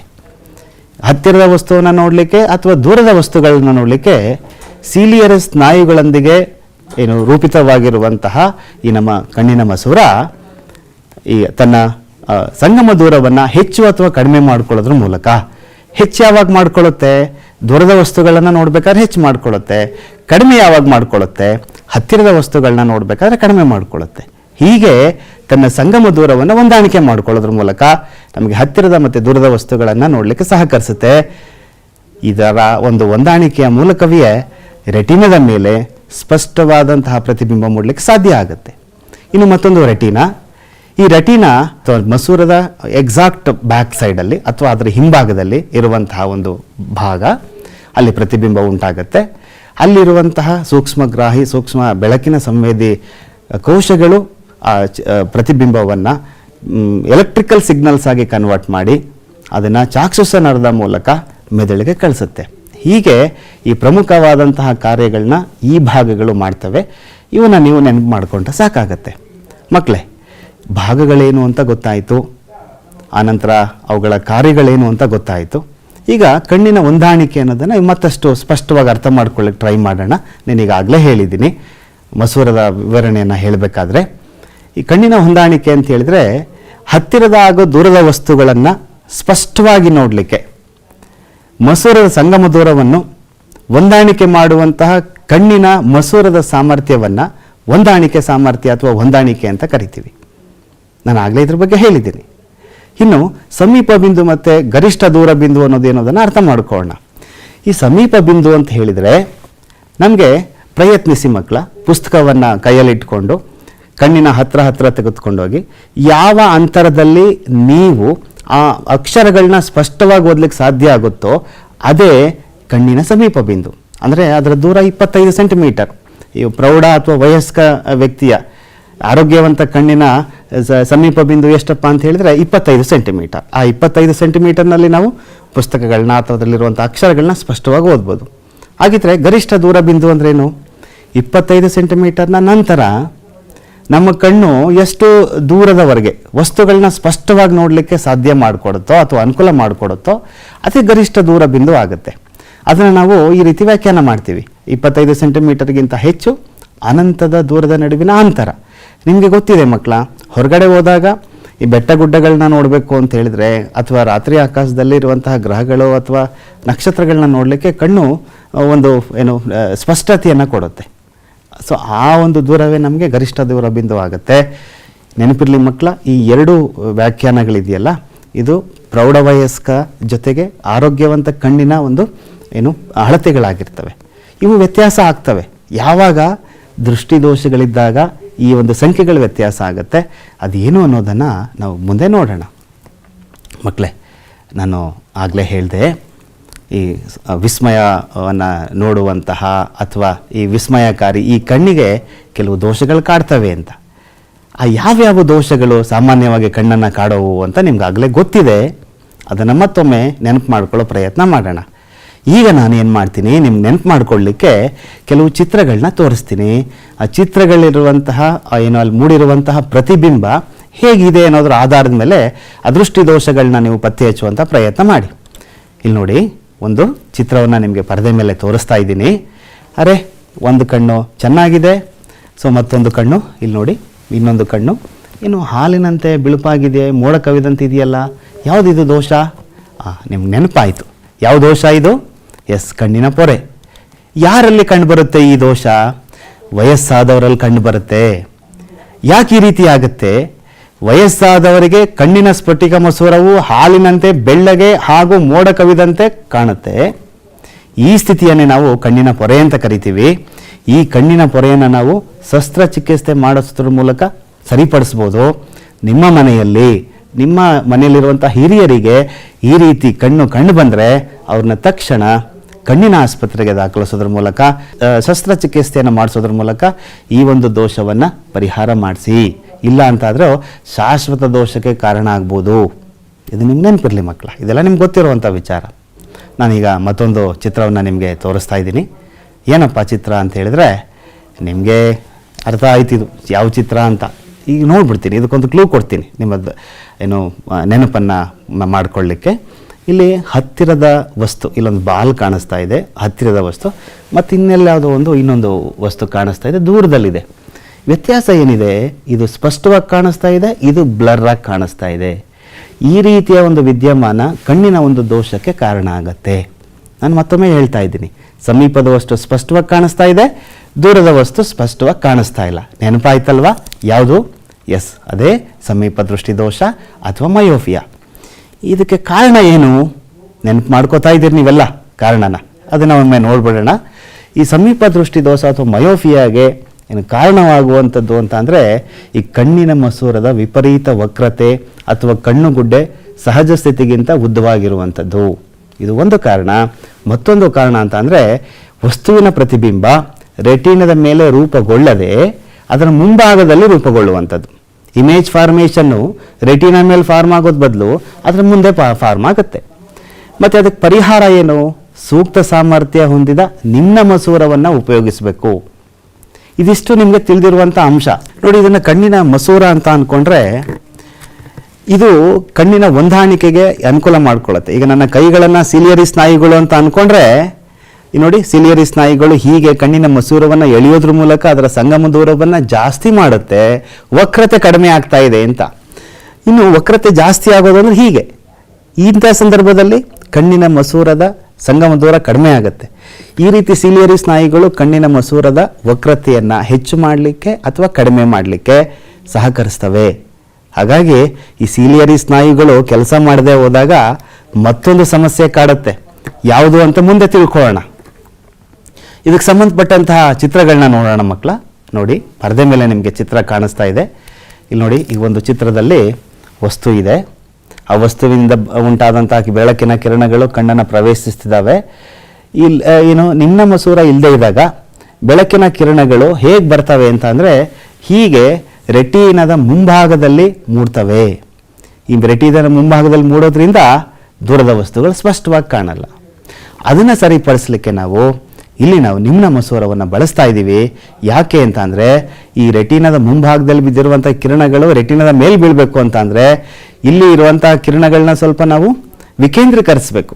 ಈ ಬೆಳಕಿನ ಕಿರಣಗಳನ್ನು ವಿಕೇಂದ್ರೀಕರಿಸೋದ್ ಮೂಲಕ ನಾವು ರೆಟಿನಾದ ಮೇಲೆ ಕಿರಣಗಳು ಮೂಡೋ ಥರ ಮತ್ತು ಪ್ರತಿಬಿಂಬ ಮೂಡೋ ಥರ ಮಾಡ್ತೀವಿ. ಇದರ ಪರಿಹಾರ. ಇಲ್ಲಿ ನೋಡಿ, ಚಿತ್ರವನ್ನು ನೋಡ್ತಾ ಇದ್ರಿ, ಇಲ್ಲಿ ಒಂದು ಅನಿಮೇಷನ್ ಇದೆ ನೋಡ್ತಾ ಇದ್ದೀರಿ. ಅಲ್ಲೂ ಕೂಡ ನಾನು ಹೇಳಿದಂತಹ ಘಟನೆಗಳು ಸಂಭವಿಸ್ತಿದ್ದಾವೆ ಅಥವಾ ನಾನು ಹೇಳಿದಂತಹ ಪ್ರಕ್ರಿಯೆಯಲ್ಲಿ ನಡೀತಿದೆ. ಸೊ ಲೆನ್ಸನ್ನು ಇಡೋಕ್ಕಿಂತ ಮುಂಚಿತವಾಗಿ, ಆ ನಂತರ ಇಟ್ಟ ನಂತರ ಏನೇನು ಬದಲಾವಣೆ ಆಯಿತು ಅನ್ನೋದನ್ನು ಇಲ್ಲಿ ನೀವು ನೋಡಿದಿರಿ. ಮತ್ತೊಂದು ಚಿತ್ರವನ್ನು ತೋರಿಸ್ತಾ ಇದ್ದೀನಿ ಮಕ್ಕಳ. ಯಾವುದದು ಚಿತ್ರ ಅದು? ಇದೊಂದು ಸ್ವಲ್ಪ ಇನ್ನೂ ವಿಶೇಷವಾಗಿದೆ. ನೋಡಿ, ಮೊದಲನೇ ಚಿತ್ರಕ್ಕಿಂತ ಇದು ವಿಶೇಷವಾಗಿದೆ. ಮೊದಲನೇ ಚಿತ್ರದಲ್ಲಿ ಹತ್ತಿರದ ವಸ್ತು ಕಾಣಿಸ್ತಾ ಇತ್ತು, ಇಲ್ಲಿ ದೂರದ ವಸ್ತು ಸ್ಪಷ್ಟವಾಗಿ ಕಾಣಿಸ್ತಾ ಇದೆ, ಹತ್ತಿರದ ವಸ್ತು ಸ್ಪಷ್ಟವಾಗಿ ಕಾಣಿಸ್ತಾ ಇಲ್ಲ. ಹತ್ತಿರದ ವಸ್ತು ಸ್ಪಷ್ಟವಾಗಿ ಕಾಣದೆ ದೂರದ ವಸ್ತುಗಳು ಸ್ಪಷ್ಟವಾಗಿ ಕಾಣುವಂತಹ ಕಣ್ಣಿನ ದೋಷವನ್ನು ನಾವು ಯಾವ ದೋಷ ಅಂತ ಕರಿತೀವಿ? ಎಸ್, ದೂರದೃಷ್ಟಿ ದೋಷ. ನಿಮಗೆ ಅದು ಗೊತ್ತಿದೆ. ಅಥವಾ ಹೈಪರ್ಮೆಟ್ರೋಪಿಯಾ ಅಂತ ಕರಿತೀವಿ. ದೂರದ ವಸ್ತುಗಳನ್ನು ಸ್ಪಷ್ಟವಾಗಿ ನೋಡಲು ಸಾಧ್ಯವಿದೆ, ಆದರೆ ಹತ್ತಿರದ ವಸ್ತುಗಳನ್ನು ಸ್ಪಷ್ಟವಾಗಿ ನೋಡಲು ಸಾಧ್ಯವಿಲ್ಲ. ಕಾರಣಗಳೇನೇನಿರ್ಬೋದು? ಇದಕ್ಕೂ ಕೂಡ ಎರಡು ಕಾರಣ ಇದೆ. ಒಂದು, ಕಣ್ಣಿನ ಮಸೂರದ ಸಂಗಮ ದೂರ ಉದ್ದವಾಗಿರುವುದು ಅಥವಾ ಕಣ್ಣುಗುಡ್ಡೆ ಅತಿ ಚಿಕ್ಕದಾಗಿರುವಂಥದ್ದು.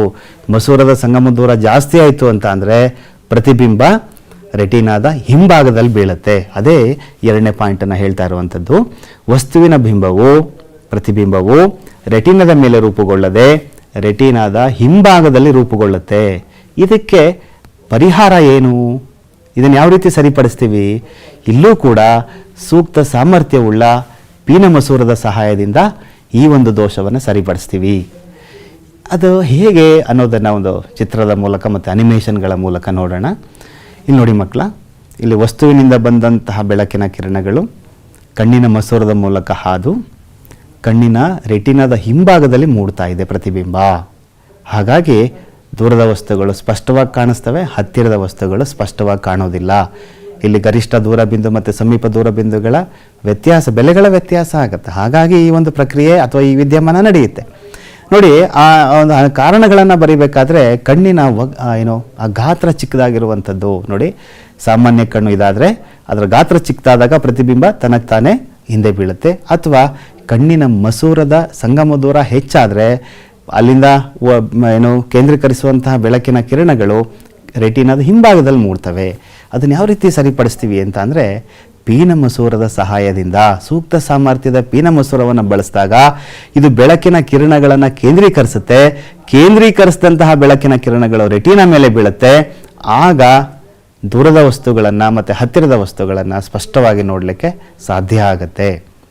ಇದಿಷ್ಟು ನಿಮಗೆ ತಿಳಿದಿರುವಂತಹ ವಿಚಾರ. ಇನ್ನು ಮತ್ತೊಂದು ದೋಷ ಇದೆ. ಏನಪ್ಪ ದೋಷ ಅಂತ ಹೇಳಿದ್ರೆ ಪ್ರಿಸ್ಬಿಯೋಪಿಯಾ. ಇದು ಯಾರಲ್ಲಿ ಕಂಡು ಬರುತ್ತೆ? ಇದು ಕೂಡ ವಯಸ್ಸಾದವರಲ್ಲಿ ಕಂಡುಬರುವಂತಹ ಸಾಮಾನ್ಯ ದೋಷವಾಗಿದೆ. ಸಾಮಾನ್ಯವಾಗಿ ಕಣ್ಣಿನ ಹೊಂದಾಣಿಕೆ ಸಾಮರ್ಥ್ಯ ವಯಸ್ಸಾದಂತೆ ಕಡಿಮೆ ಆಗುತ್ತೆ. ಹೆಚ್ಚಿನ ಜನರಿಗೆ ಸಮೀಪ ಬಿಂದುವು ಕ್ರಮೇಣ ದೂರ ಸರಿಯುತ್ತೆ. ಅಂತಹವರು ಹತ್ತಿರದ ವಸ್ತುಗಳನ್ನು ಆರಾಮದಾಯಕವಾಗಿ ಮತ್ತು ಸ್ಪಷ್ಟವಾಗಿ ಸರಿಪಡಿಸುವ ಕನ್ನಡಕವಿಲ್ಲದೆ ನೋಡಲು ಸಾಧ್ಯವಿಲ್ಲ. ಈ ದೋಷವನ್ನು ಪ್ರಿಸ್ಬಿಯೋಪಿಯಾ ಎನ್ನುತ್ತೇವೆ. ಇದಕ್ಕೆ ಕಾರಣ ಏನು? ಮಸೂರವು ತನ್ನ ಸ್ಥಿತಿಸ್ಥಾಪಕ ಶಕ್ತಿಯನ್ನು ಕಳೆದುಕೊಳ್ಳೋದ್ರಿಂದ ಮತ್ತು ಸೀಲಿಯರಿ ಸ್ನಾಯುಗಳು ದುರ್ಬಲ ಆಗೋದ್ರಿಂದ ಈ ಎರಡೂ ಸಂದರ್ಭಗಳಲ್ಲಿ ಈ ಪ್ರಿಸ್ಬಿಯೋಪಿಯಾ ದೋಷ ಉಂಟಾಗುತ್ತೆ. ಈ ಪ್ರಿಸ್ಬಿಯೋಪಿಯಾ ದೋಷ ಉಂಟಾದಂತಹ ವ್ಯಕ್ತಿಗಳ ಒಂದು ನಡವಳಿಕೆ ಹೇಗಿರುತ್ತೆ ಅನ್ನೋದನ್ನು ನಾನು ನಿಮಗೆ ತೋರಿಸೋದೇ ಆದರೆ, ಒಂದು ಪುಸ್ತಕವನ್ನು ಅವರು ಈ ರೀತಿ ಓದಲಿಕ್ಕೆ ಪ್ರಯತ್ನ ಪಡ್ತಾರೆ. ಹೀಗೆ ಈಗ ಹಿಡ್ಕೊಳ್ತಾರೆ ಪುಸ್ತಕ, ಹತ್ತಿರ ನೋಡ್ಲಿಕ್ಕೆ ಪ್ರಯತ್ನ ಪಡ್ತಾರೆ, ಕಾಣೋದಿಲ್ಲ. ದೂರ ಇಟ್ಕೊಂಡು ನೋಡೋಕೆ ಪ್ರಯತ್ನ ಪಡ್ತಾರೆ, ಕಾಣೋದಿಲ್ಲ. ಹತ್ತಿರ ಮತ್ತು ದೂರ ಈ ಎರಡೂ ಸಂದರ್ಭಗಳಲ್ಲಿ ಅವ್ರಿಗೆ ಸ್ಪಷ್ಟವಾಗಿ ವಸ್ತುಗಳು ಗೋಚರ ಆಗೋದಿಲ್ಲ. ಹಾಗಿದ್ರೆ ಇದನ್ನು ಯಾವ ರೀತಿ ಸರಿಪಡಿಸ್ತೀವಿ? ಇದನ್ನು ಸರಿಪಡಿಸ್ಲಿಕ್ಕೆ ನಾವು ಬಳಸ್ಕೊಳ್ಬೇಕಾಗಿರುವಂಥದ್ದು ದ್ವಿಸಂಗಮ ಮಸೂರಗಳನ್ನು ಬಳಸ್ಕೋತೀವಿ. ಈ ಬೈಫೋಕಲ್ ಮಸೂರಗಳು ಅಂತ ಕರಿತೀವಿ. ಅವುಗಳು ನಿಮ್ನ ಮಸೂರ ಮತ್ತು ಪೀನ ಮಸೂರ ಎರಡನ್ನೂ ಹೊಂದಿರ್ತವೆ. ಮೇಲ್ಭಾಗದಲ್ಲಿ ನಿಮ್ನ ಮಸೂರ ಇರುತ್ತೆ, ಅದು ದೂರದೃಷ್ಟಿಯನ್ನು ಸರಿಪಡಿಸುತ್ತೆ. ಕೆಳಭಾಗದಲ್ಲಿರುವಂಥ ಪೀನ ಮಸೂರ ಸಮೀಪ ದೃಷ್ಟಿಯನ್ನು ಸರಿಪಡಿಸುತ್ತೆ. ಆಗ ಕಣ್ಣು ಹತ್ತಿರದ ಮತ್ತು ದೂರದ ವಸ್ತುಗಳನ್ನು ಸ್ಪಷ್ಟವಾಗಿ ನೋಡಲಿಕ್ಕೆ ಸಾಧ್ಯ ಆಗುತ್ತೆ. ಮಕ್ಕಳೇ, ನಿಮಗೆ ಈಗ ನಾನು ಒಂದು ವಿಚಾರವನ್ನು ನೆನಪು ಮಾಡ್ಕೊಳ್ಳೋಕ್ಕೆ ಇಷ್ಟಪಡ್ತೇನೆ. ನಮ್ಮ ವರಕವಿ ದ ರಾ ಬೇಂದ್ರೆಯವರು ಒಂದು ಕಡೆ ಹೇಳ್ತಾರೆ, ಅವರು ಬೆಳಗನ್ನು ವಿವರಿಸ್ತಾ ಹೋಗ್ತಾರೆ. ಅವ್ರಿಗೆ ಬೆಳಗಿನ ಸೂರ್ಯೋದಯ ಯಾವ ರೀತಿ ಉಂಟಾಗುತ್ತೆ. ಮಕ್ಕಳೇ, ಈ ಸೂರ್ಯೋದಯವನ್ನು ಅಥವಾ ಬೆಳಗಿನ ಸಮಯವನ್ನು ನಮ್ಮ ವರಕವಿ ದ ರಾ ಬೇಂದ್ರೆಯವರು ತಮ್ಮದೇ ಆದಂತಹ ಒಂದು ವಿಶೇಷ ಕವನದ ಮೂಲಕ ವಿವರಿಸಿದ್ದಾರೆ. ಅದರಲ್ಲಿ ಕೆಲವೊಂದು ಸಾಲುಗಳನ್ನ ನಿಮಗೆ ಪರಿಚಯ ಮಾಡ್ಕೊಳ್ಳೋಕೆ ಇಷ್ಟಪಡ್ತೇನೆ. ಏನಪ್ಪ ಅದು ಅಂತ ಹೇಳಿದರೆ ನಿಮಗೆಲ್ಲ ಗೊತ್ತಿರುವಂಥದ್ದೇ. ಮೂಡಣ ಮನೆಯ ಮುತ್ತಿನ ನೀರಿನ ಎರಕಾವ ವೈದ, ನುಣ್ಣನೆ ಎರಕಾವ ವೈದ, ಬಾಗಿಲು ತೆರೆದೋ ಬೆಳಕು ಹರಿದೋ ಜಗವೆಲ್ಲ ತೊಯ್ದ ಅಂತ ಹಾಗೆ ಮುಂದುವರಿಸ್ಕೊಂಡು ಆ ಗಿಡಗಂಟೆಗಳಲ್ಲಿ ಯಾವ ರೀತಿ ಧ್ವನಿ ಉಂಟಾಗತ್ತೆ, ಮತ್ತೆ ಹನಿಗಳು, ನೀರಿನ ಹನಿಗಳು ಯಾವ ರೀತಿ ಕಾಣಿಸ್ತವೆ ಅನ್ನೋದೆಲ್ಲನೂ ಸ್ಪಷ್ಟವಾಗಿ ತುಂಬ ಮನೋಜ್ಞವಾಗಿ ವರ್ಣಿಸಿದ್ದಾರೆ. ಯಾಕೆ ವಿಚಾರ ಹೇಳ್ತಾ ಇದ್ದೀನಿ ಅಂತ ಅಂದರೆ, ಈ ನಮ್ಮ ಕಣ್ಣು ಜಗತ್ತಿನ ಅಥವಾ ನಮ್ಮ ವಾತಾವರಣದಲ್ಲಿ ನಡೀತಾ ಇರುವಂಥ ಹಲವು ವಿಸ್ಮಯಗಳನ್ನ ನೋಡಲಿಕ್ಕೆ ಸಾಕ್ಷೀಭೂತವಾಗಿದೆ. ಇಂತಹ ಕಣ್ಣು ನಮಗೆ ಹಲವಾರು ಪ್ರಕೃತಿಯ ವಿಸ್ಮಯಗಳನ್ನ ತಿಳ್ಕೊಳ್ಳಿಕ್ಕೆ ಸಹಕರಿಸ್ತಾ ಇದೆ. ಅಂತಹ ಕೆಲವು ವಿಸ್ಮಯಗಳನ್ನ ಪ್ರಕೃತಿಯಲ್ಲಿ ಬೆಳಕಿನ ವಕ್ರೀಭವನದಿಂದ, ಬೆಳಕಿನ ವರ್ಣ ವಿಭಜನೆಯಿಂದ, ಬೆಳಕಿನ ಚದುರುವಿಕೆಯಿಂದ ಈ ಹಿಂದಿನ ಅಧ್ಯಾಯದಲ್ಲಿ ನೀವು ಇದೆಲ್ಲ ಕಲ್ತ್ಕೊಂಡಿದ್ದೀರಿ. ಈ ಎಲ್ಲ ವಿದ್ಯಮಾನಗಳನ್ನ ಅರ್ಥೈಸ್ಕೊಂಡಿದ್ದೀರಿ. ಈ ಎಲ್ಲ ವಿದ್ಯಮಾನಗಳು ಈ ಒಂದು ಪ್ರಕ್ರಿಯೆಯಲ್ಲಿ ಯಾವ ರೀತಿ ತಮ್ಮದೇ ಆದಂತಹ ಒಂದು ಕಾರ್ಯವನ್ನು ನಿರ್ವಹಿಸ್ತವೆ ಅನ್ನೋದನ್ನು ನೋಡ್ತಾ ಹೋಗೋಣ. ನಾನಿಲ್ಲಿ ಮೊದಲನೇದಾಗಿ ತೋರಿಸ್ತಾ ಇರುವಂಥದ್ದು ನಿಮಗೆ ನೆನಪಾಯಿತು. ಅಲ್ಲಿ ಗಾಜಿನ ಪಟ್ಟಕ ಇದೆ. ಆ ಪಟ್ಟಕದ ಮೂಲಕ ಬಿಳಿಯ ಬೆಳಕು ಹರಿತಾ ಇದೆ. ಪಟ್ಟಕದ ಮೂಲಕ ಹೊರಬಂದಂತಹ ಆ ಬಿಳಿಯ ಬಣ್ಣ 7 ಘಟಕ ಬಣ್ಣಗಳಾಗಿ ವಿಭಾಗ ಹೊಂದಿದೆ. ಈ ವಿದ್ಯಮಾನ ಏನು ಅಂತ ಗೊತ್ತಾಯಿತು. ಗಾಜಿನ ಪಟ್ಟಕದ ಮೂಲಕ ಬಿಳಿಯ ಬೆಳಕನ್ನು ಹಾಯಿಸಿದಾಗ ಅದು 7 ಘಟಕ ಬಣ್ಣಗಳಾಗಿ ವಿಭಾಗ ಹೊಂದುತ್ತೆ. ಈ ವಿದ್ಯಮಾನವನ್ನೇ ನಾವು ಬೆಳಕಿನ ವರ್ಣ ವಿಭಜನೆ ಅಂತ ಕರಿತೀವಿ. ಇದು ನಿಮ್ಗೆ ಗೊತ್ತಿರುವಂಥ ವಿಚಾರ. ಈ ಬೆಳಕಿನ ವರ್ಣ ವಿಭಜನೆಯಲ್ಲಿ ಮೂಡುವಂತಹ ಬಣ್ಣಗಳು ನಿಮ್ಗೆ ಗೊತ್ತಿದೆ. ನೇರಳೆ, ಊದಾ, ನೀಲಿ, ಹಳದಿ, ಕಿತ್ತಳೆ ಮತ್ತು ಕೆಂಪು. ಅದನ್ನು ವಿಬ್ಯಾರ್ ಅಂತ ಕರಿತೀವಿ. ಈ 7 ಬಣ್ಣಗಳ ವ್ಯವಸ್ಥೆಯಲ್ಲಿ ಅತ್ಯಂತ ಹೆಚ್ಚು ಬಾಗುವಂಥದ್ದು ನೇರಳೆ ಬಣ್ಣ ಮತ್ತು ಕಡಿಮೆ ಬಾಗುವಂಥದ್ದು ಕೆಂಪು. ಈ ಅಂಶ ನಿಮ್ಗೆ ಗೊತ್ತಿರಬೇಕು. ಕೆಂಪು ಬಣ್ಣದ ತರಂಗ ದೂರ ಹೆಚ್ಚು, ನೇರಳೆ ಬಣ್ಣದ ತರಂಗ ದೂರ ಕಡಿಮೆ. ಹಾಗಾಗಿ ಈ ರೀತಿ ಬಾಗುವಿಕೆಯ ವಿದ್ಯಮಾನವನ್ನು ನಾವು ನಮ್ಮ ದೈನಂದಿನ ಜೀವನದಲ್ಲಿ ನೋಡ್ತಾ ಇದ್ದೀವಿ. ಪ್ರಮುಖವಾಗಿ ಕಾಮನ ಬಿಲ್ಲು ಉಂಟಾಗುವಂತಹ ವಿದ್ಯಮಾನ ನಿಮಗೆಲ್ಲ ಗೊತ್ತಿದೆ ಅಲ್ವಾ? ಆ ಕಾಮನ ಬಿಲ್ಲು ಈ 7 ಬಣ್ಣಗಳಿಂದ ಉಂಟಾದಂಥದ್ದು. ಅದೇನು ಅನ್ನೋದನ್ನು ನಾವು ಮುಂದೆ ತಿಳ್ಕೊಳ್ಳೋಣ. ಈಗ ಬೆಳಕನ್ನು 7 ಬಣ್ಣಗಳಾಗಿ ನಾವು ವಿಭಾಗ ಮಾಡಿದ್ವಿ. ಅದರ ಪುನರ್ ಸಂಯೋಜನೆ ಹೇಗಿರುತ್ತೆ ಅಲ್ವಾ? ಒಂದು ಪ್ರಶ್ನೆ ಮೂಡುತ್ತೆ. ಬಿಳಿಯ ಬೆಳಕು ಪಟ್ಟಕದ ಮೂಲಕ ಹಾಯಿಸಿದಾಗ 7 ಬಣ್ಣಗಳಾಯಿತು. ಮತ್ತು ಅದೇ 7 ಬಣ್ಣಗಳು ಈ ಮತ್ತೊಂದು ಪಟ್ಟಕದ ಮೂಲಕ ಹಾಯಿಸಿದಾಗ ಏನಾಗುತ್ತೆ ಅಂತ ನೋಡಿ. ಈ 2 ಪಟ್ಟಕಗಳನ್ನು ತದ್ವಿರುದ್ಧವಾಗಿ ಈ ರೀತಿ ಜೋಡಿಸಿದಾಗ ವಿಭಜನೆಗೊಂಡಂತಹ ಬೆಳಕು ಮತ್ತೆ ಸಂಯೋಜನೆ ಹೊಂದಿ ಮತ್ತೆ ಬಿಳಿಯ ಬೆಳಕಾಗತ್ತೆ. ಇದನ್ನು ಸರ್ ಐಸಾಕ್ ನ್ಯೂಟನ್ ಅವರು ತೋರಿಸ್ಕೊಡ್ತಾರೆ ನಮಗೆ. ಇದೇ ಬೆಳಕಿನ ರೋಹಿತದ ಪುನರ್ ಸಂಯೋಜನೆ. ಇದರ ಚಿತ್ರ ಪುಸ್ತಕದಲ್ಲಿದೆ. ಅದನ್ನು ಅಭ್ಯಾಸ ಮಾಡಿಕೊಳ್ಳುವಂತಹ ಅವಶ್ಯಕತೆ ಇದೆ. ಇನ್ನು ಕಾಮನ ಬಿಲ್ ಬಗ್ಗೆ ಹೇಳ್ತಾ ಇದೆ. ಇದು ಯಾವಾಗ ಮೂಡುತ್ತೆ ಅಂತ ಗೊತ್ತಿದೆ ಮಕ್ಕಳ ನಿಮಗೆ? ಇದು ಮಳೆಗಾಲದ ಸಂದರ್ಭದಲ್ಲಿ ಅಲ್ವಾ? ಮಳೆ ನಿಂತ ಮೇಲೆ ವಾತಾವರಣದಲ್ಲಿ ಇರುವಂತಹ ಸಣ್ಣ ಸಣ್ಣ ನೀರಿನ ಕಣಗಳು ಈ ಬೆಳಕಿನ ಕಾಮನ ಬಿಲ್ಲಿಗೆ ಕಾರಣವಾಗುತ್ತೆ. ಆ ಪ್ರತಿಯೊಂದು ನೀರಿನ ಕಣ ಒಂದು ಪಟ್ಟಕವಾಗಿ ಕಾರ್ಯನಿರ್ವಹಿಸುತ್ತೆ. ಆ ಪ್ರತಿಯೊಂದು ಪಟ್ಟಕದಲ್ಲಿ, ಆ ಪ್ರತಿಯೊಂದು ನೀರಿನ ಹನಿಯಲ್ಲಿ ವಿಭಜನೆಗೊಂಡಂತಹ ಬೆಳಕು ಈ ಸುಂದರ ಚಿತ್ತಾರವನ್ನು ಪ್ರಕೃತಿಯಲ್ಲಿ ಮೂಡಿಸುತ್ತೆ. ಇದೆಲ್ಲ ನಿಮ್ಗೆ ಗೊತ್ತಿರುವಂಥ ವಿಚಾರ. ಇನ್ನಷ್ಟು ಅಂಶಗಳಿದ್ದಾವೆ, ಮತ್ತಷ್ಟು ಮಾಹಿತಿ ಇದೆ. ಶುಭ್ರ ಆಕಾಶ ಯಾಕೆ ನೀಲಿಯಾಗಿರುತ್ತೆ, ಸೂರ್ಯೋದಯ ಮತ್ತು ಸೂರ್ಯಾಸ್ತದ ಸಮಯದಲ್ಲಿ ಆ ಮೂಡಣ ಮತ್ತು ಪಡುವಣ ದಿಕ್ಕುಗಳು ಯಾವ ರೀತಿ ಕೆಂಪು ಬಣ್ಣದಲ್ಲಿ ಅಥವಾ ಕಿತ್ತಳೆ ಬಣ್ಣದಲ್ಲಿ ಕಾಣ್ತವೆ ಅನ್ನೋದು ನಿಮ್ಗೆ ಗೊತ್ತಿದೆ ಅಲ್ವಾ? ಇದನ್ನು ಮತ್ತೊಮ್ಮೆ ನೆನಪು ಮಾಡ್ಕೊಳ್ಳೋಣ. ನಾನೀಗ ಮೊದಲನೇದಾಗಿ ಈ ವಾತಾವರಣದಲ್ಲಿ ಜರುಗುವಂಥ ಕೆಲವು ವಿದ್ಯಮಾನಗಳು ಮತ್ತು ಅದಕ್ಕೆ ಕಾರಣಗಳನ್ನ ನಿಮಗೆ ನೆನಪು ಮಾಡ್ಕೊಳ್ಳೋಕ್ಕೆ ಇಚ್ಛೆ ಪಡ್ತೇನೆ. ಮೊದಲನೇದಾಗಿ ಶೀಘ್ರ ಸೂರ್ಯೋದಯ ಮತ್ತು ವಿಳಂಬಿತ ಸೂರ್ಯಾಸ್ತ. ಏನು ಇದಕ್ಕೆ ಕಾರಣ? ಏನು ಕಾರಣ ಇದೆ. ಏನಪ್ಪ ಅಂತ ಹೇಳಿದ್ರೆ, ನಮಗೆ ನಿಜವಾದ ಸೂರ್ಯೋದಯ ಅಂತ ಅಂದರೆ ಸೂರ್ಯ ತನ್ನ ದಿಗಂತದ ಸಮತಲವನ್ನು ದಾಟುವಂಥ ಸಮಯ. ನೋಡಿ, ಇಲ್ಲಿ ದಿಗಂತ ಕಾಣಿಸ್ತಾ ಇದೆ, ಇದನ್ನು ದಾಟುವಂಥ ಸಮಯ. ಆದರೆ ಇಲ್ಲಿ ಬೆಳಕಿನ ವಕ್ರೀಭವನದ ಪರಿಣಾಮವಾಗಿ ಆ ಒಂದು ಆ ಸೂರ್ಯ ದಿಗಂತದ ಬೇಗ ಮೇಲೆ ಬಂದಂತೆ ಕಾಣುತ್ತೆ. ಜೊತೆಗೆ ಮುಳುಗುವಾಗವೂ ಕೂಡ ಇದೇ ರೀತಿ ವಿದ್ಯಮಾನ ಆಗುತ್ತೆ. ಬೇಗ ಮುಳುಗಿದ್ರೂ ಇನ್ನೊಂದು 2 ನಿಮಿಷ ತಡವಾಗಿ ಮುಳುಗೋ ರೀತಿ ನಮಗೆ ಭಾಸ ಆಗುತ್ತೆ. ಅದಕ್ಕೆ ಕಾರಣ ಬೆಳಕಿನ ವಕ್ರೀಭವನ. ನಿಜವಾದ ಸೂರ್ಯೋದಯವೆಂದರೆ ಸೂರ್ಯನು ದಿಗಂತದ ಸಮತಲವನ್ನು ದಾಟುವ ಸಮಯ. ಸೂರ್ಯನ ನಿಜವಾದ ಮತ್ತು ತೋರಿಕೆಯ ಸ್ಥಾನವನ್ನು ದಿಗಂತ ಸಮತಲಕ್ಕೆ ತಕ್ಕಂತೆ ನೋಡಬಹುದು. ನಿಜ ಸೂರ್ಯಾಸ್ತ ಮತ್ತು ತೋರಿಕೆಯ ಸೂರ್ಯಾಸ್ತದ ನಡುವಿನ ವ್ಯತ್ಯಾಸದ ಸಮಯ 2 ನಿಮಿಷ.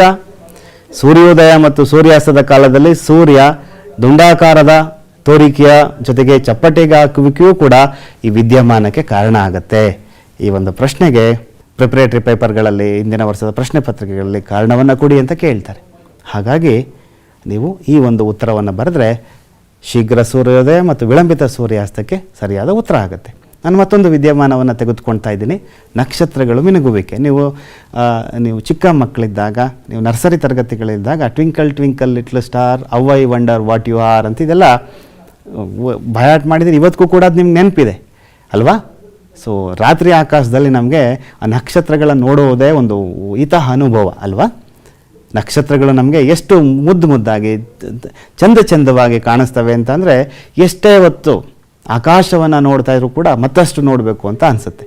ಸೊ ಈ ನಕ್ಷತ್ರಗಳ ಮಿನುಗುವಿಕೆ ಕಾರಣ ಏನಪ್ಪ ಅಂತಂದರೆ, ವಾಯುಮಂಡಲದಲ್ಲಿನ ನಕ್ಷತ್ರಗಳ ಬೆಳಕಿನ ವಕ್ರೀಭವನದಿಂದ ಆಗಿರುವಂಥದ್ದು. ನಕ್ಷತ್ರಗಳ ಬೆಳಕು ಭೂಮಿಯ ವಾಯುಮಂಡಲವನ್ನು ಪ್ರವೇಶಿಸಿ ಭೂಮಿಯನ್ನು ತಲುಪುವ ಮುನ್ನ ಸತತವಾಗಿ ವಕ್ರೀಭವನ ಹೊಂದುತ್ತೆ. ವಾಯುಮಂಡಲದಲ್ಲಿನ ವಕ್ರೀಭವನವು ಮಾಧ್ಯಮದ ವಕ್ರೀಭವನ ಸ್ಥಿರಾಂಕ ಬದಲಾಗ್ತಾ ಇರೋದ್ರಿಂದ ಈ ಒಂದು ಮಿನುಗುವಿಕೆಗೆ ಕಾರಣ ಆಗುತ್ತೆ. ಇದು ನಿಮ್ಗೆ ನೆನಪಿರಲಿ ಮಕ್ಕಳ. ಜೊತೆಗೆ ನಕ್ಷತ್ರಗಳೇನೋ ಮಿನುಗ್ತವೆ, ಗ್ರಹಗಳು ಯಾಕೆ ಮಿನುಗೋದಿಲ್ಲ ಗೊತ್ತಿದೆ ನಿಮಗೆ ಮಕ್ಕಳ? ಗ್ರಹಗಳು ನಕ್ಷತ್ರಗಳಿಗೆ ಹೋಲಿಕೆ ಮಾಡಿದಾಗ ನಮ್ಗೆ ತುಂಬ ಹತ್ತಿರದಲ್ಲಿದೆ, ಅವು ಗಾತ್ರ ದೊಡ್ಡದು. ಏನು ಅನ್ನೋದನ್ನು ಮತ್ತಷ್ಟು ಸ್ಪಷ್ಟವಾಗಿ ತಿಳ್ಕೊಳ್ಳೋಣ.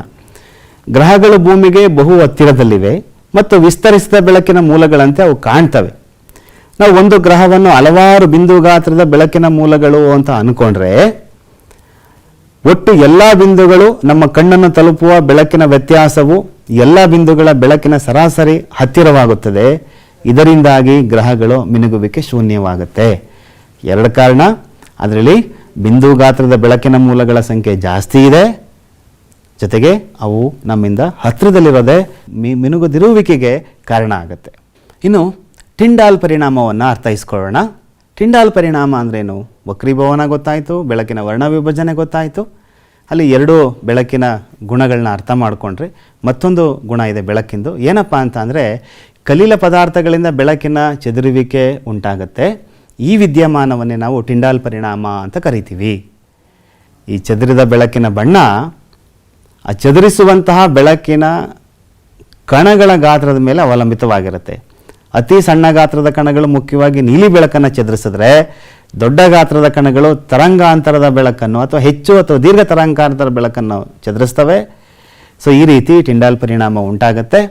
ನಿಮಗೆ ಕಡಿಮೆ ಗಾತ್ರದ ಕಣಗಳು ನೀಲಿ ಬಣ್ಣವನ್ನು ಚದುರಿಸಿದ್ರೆ, ದೊಡ್ಡ ಗಾತ್ರದ ಕಣಗಳು ಕೆಂಪು ಬಣ್ಣವನ್ನು, ಕಿತ್ತಳೆ ಬಣ್ಣವನ್ನು ಅದು ಚದುರಿಸಲಿಕ್ಕೆ ಕಾರಣ ಆಗುತ್ತೆ. ಹಾಗಾಗಿ ನಮಗೆ ಈ ಬೆಳಗಿನ ಸೂರ್ಯೋದಯ ಮತ್ತು ಸೂರ್ಯಾಸ್ತದ ಟೈಮಲ್ಲಿ ಸೂರ್ಯ ಅಥವಾ ಸೂರ್ಯೋದಯ ಸೂರ್ಯಾಸ್ತಗಳು ಕೆಂಪಾಗಿ ಕಾಣಲಿಕ್ಕೆ ಕಾರಣವಾಗುವಂಥದ್ದು. ಇನ್ನು ಮತ್ತೊಂದು ಪ್ರಶ್ನೆ ಇದೆ. ನಾವು ಶುಭ್ರವಾದ ಆಕಾಶವನ್ನು ನೋಡಿದಾಗ ಅದು ನೀಲಿಯಾಗಿ ಕಾಣುತ್ತೆ. ಯಾಕೆ ಅಂತ ಅಂದರೆ, ಅದಕ್ಕೆ ಕಾರಣ ಬೆಳಕಿನ ಚದುರುವಿಕೆ. ಟಿಂಡಾಲ್ ಪರಿಣಾಮವನ್ನು ಕೂಡ ಕಾರಣ ಆಗುತ್ತೆ. ಇಲ್ಲಿ ವಾಯುಮಂಡಲದಲ್ಲಿ ಗಾಳಿಯ ಅಣುಗಳು ಮತ್ತು ಸಣ್ಣ ಕಣಗಳ ಗೋಚರ ಬೆಳಕಿನ ತರಂಗಾಂತರಕ್ಕಿಂತ ಸಣ್ಣದಾಗಿರ್ತವೆ. ಇವು ಬೆಳಕಿನ ಸಣ್ಣ ತರಂಗಾಂತರವುಳ್ಳ ನೀಲಿ ಅಂಚನ್ನು ಕಣ್ಣಿನ ಬಗ್ಗೆ ಇದಿಷ್ಟು ಪ್ರಮುಖವಾದಂತಹ ವಿಚಾರಗಳು. ಇವೆಲ್ಲ ನಿಮಗೆ ಸ್ಪಷ್ಟವಾಯಿತು. ಇವೆಲ್ಲ ಚೆನ್ನಾಗಿ ಅರ್ಥ ಮಾಡಿಕೊಂಡ್ರೆ ಮತ್ತೆ ನೆನಪಾದವು ಇವೆಲ್ಲ ಅಲ್ವಾ? ಹಿಂದೆ ಓದಿದಂಥ ಎಲ್ಲ ಅಂಶಗಳು ನೆನಪಾದವು. ಈಗ ಈ ಅಧ್ಯಾಯದಲ್ಲಿ ನಾವು ಒಂದಷ್ಟು ಮಾದರಿ ಪ್ರಶ್ನೆಗಳನ್ನ ನೋಡೋಣ. ಎಂತೆಂತಹ ಪ್ರಶ್ನೆಗಳನ್ನು ನಾವು ನಿರೀಕ್ಷಿಸ್ಬೋದು ಅಂತ. ಇವು ಕೇವಲ ಮಾದರಿ ಪ್ರಶ್ನೆಗಳು, ನಿಮ್ಗೆ ನೆನಪಿರಲಿ. ಈ ಥರದ ಹಲವು ಪ್ರಶ್ನೆಗಳನ್ನ ನೀವೇ ಕೂಡ ತಯಾರಿಸ್ಕೊಬೋದು. ಮಕ್ಕಳೇ, ಕಿರು ಉತ್ತರವನ್ನು ಬಯಸುವಂಥದ್ದು 1 ಅಂಕಕ್ಕೆ ಬಹು ಆಯ್ಕೆ ಪ್ರಶ್ನೆಯಲ್ಲಾಗಿರ್ಬೋದು ಅಥವಾ 1 ಅಂಕದ ಪ್ರಶ್ನೆಗಳಲ್ಲಾಗಿರ್ಬೋದು ಕೆಲವು ಪ್ರಶ್ನೆಗಳನ್ನ ನೀವು ನಿರೀಕ್ಷಿಸ್ಬೋದು. ಅದರಲ್ಲಿ ಪ್ರಮುಖವಾಗಿ ಮಾನವನ ಕಣ್ಣಿಗೆ ಸಂಬಂಧಪಟ್ಟಂತಹ ಭಾಗಗಳ ಕಾರ್ಯಗಳ ಮೇಲಿನ ಪ್ರಶ್ನೆಗಳು. MCQನಲ್ಲಾದರೆ 4 ಆಪ್ಷನ್ಸನ್ನು ಕೊಟ್ಟು ಪ್ರಶ್ನೆಯನ್ನು ಕೇಳ್ಬೋದು. ಅಥವಾ 1 ಅಂಕಕ್ಕೆ ಕಣ್ಣಿನ ಸ್ಫಟಿಕ ಮಸೂರದ ಕಾರ್ಯವನ್ನು ತಿಳಿಸಿ, ಪಾಪಿಯ ಕಾರ್ಯವನ್ನು ತಿಳಿಸಿ, ಕಾರ್ನಿಯಾದ ಕಾರ್ಯ ತಿಳಿಸಿ, ಐರಿಸ್ನ ಕೆಲಸವೇನು ಅನ್ನುವಂಥ ಪ್ರಶ್ನೆಗಳು, ರೆಟಿನಾದ ಕೆಲಸ ಏನು, ಸಿಲಿಯರಿ ಸ್ನಾಯುಗಳ ಕೆಲಸ ಏನು, ಕಾರ್ಯವೇನು ಅನ್ನೋದನ್ನು 1 ಅಂಕದ ಪ್ರಶ್ನೆಗಳನ್ನ ನೀವು ನಿರೀಕ್ಷಿಸ್ಬೋದು.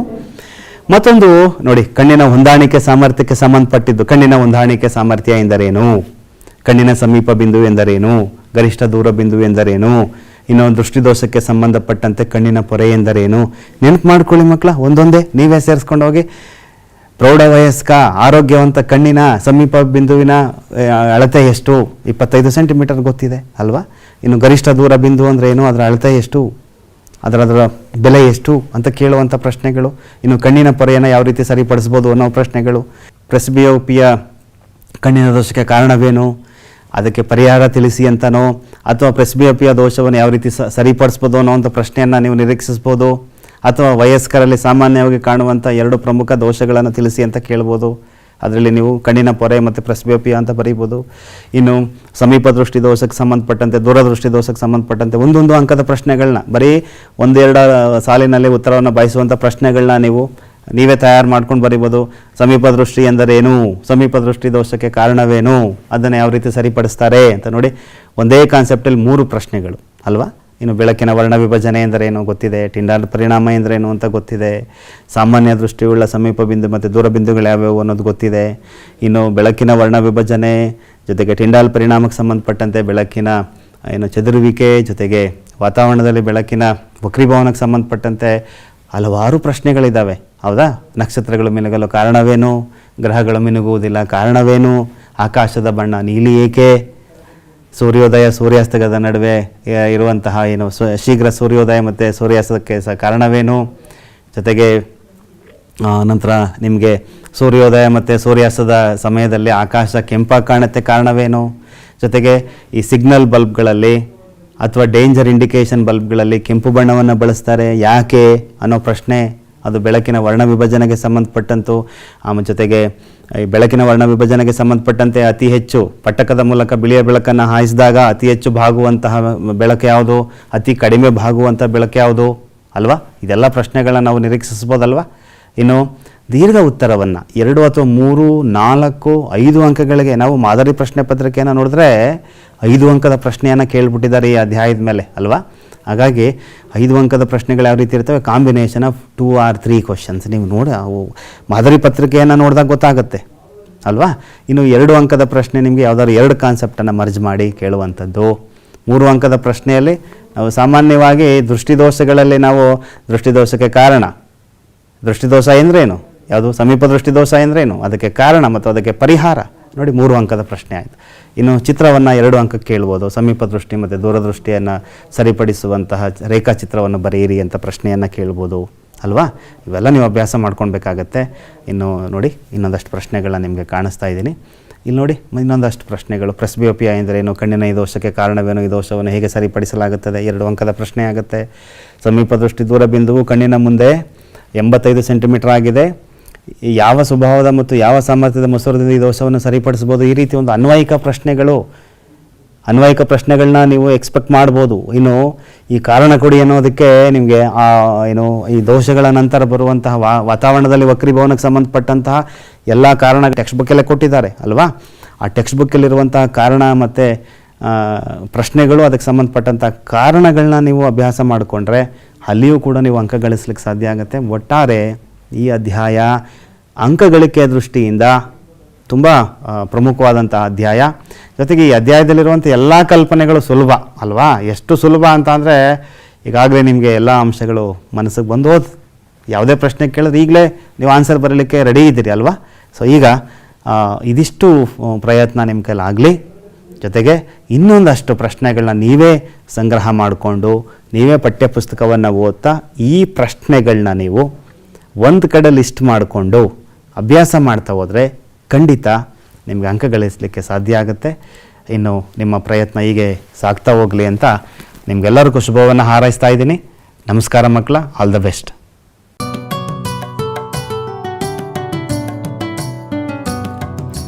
ಭೀತಿ ತೊರೆಯುವ ನಾವು ಪರೀಕ್ಷೆ ಬರೆಯುವ ಪರೀಕ್ಷಾವಾಣಿಯ ನಾವು ನೋಡಿ ಕಲಿಯುವ ಖಾಲಿ ಜಾಗ ಭರ್ತಿ ಮಾಡಿ ಹೊಂದಿಸಿ ಬರೆದು ಲೆಕ್ಕ ಮಾಡಿ ಚಿತ್ರ ಬರೆದು ಭಾಗವ ಹೆಸರಿಸಿ ಎಲ್ಲ ಪ್ರಶ್ನೆಗೂ ಉತ್ತರಿಸಿ ಪಾಸು ಫೇಲು ಗೆಲುವು ಸೋಲು ಜೀವನ ಎಲ್ಲಕ್ಕಿಂತ ಮಿಗಿಲು ಅಂಕಗಳೆಂದರೆ ಮೇಲಿನ ತೊಗಟೆ ವಿದ್ಯೆ ಅದರ ಒಳಗಿನ ತಿರುಳು ಭೀತಿ ತೊರೆಯುವ ನಾವು ಪರೀಕ್ಷೆ ಬರೆಯುವ ಪರೀಕ್ಷಾವಾಣಿಯ ನಾವು ನೋಡಿ ಕಲಿಯುವ ಪರೀಕ್ಷಾವಾಣಿಯ ನಾವು ನೋಡಿ ಕಲಿಯುವ ಪರೀಕ್ಷಾವಾಣಿಯ ನಾವು ನೋಡಿ ಕಲಿಯುವ ಪರೀಕ್ಷಾ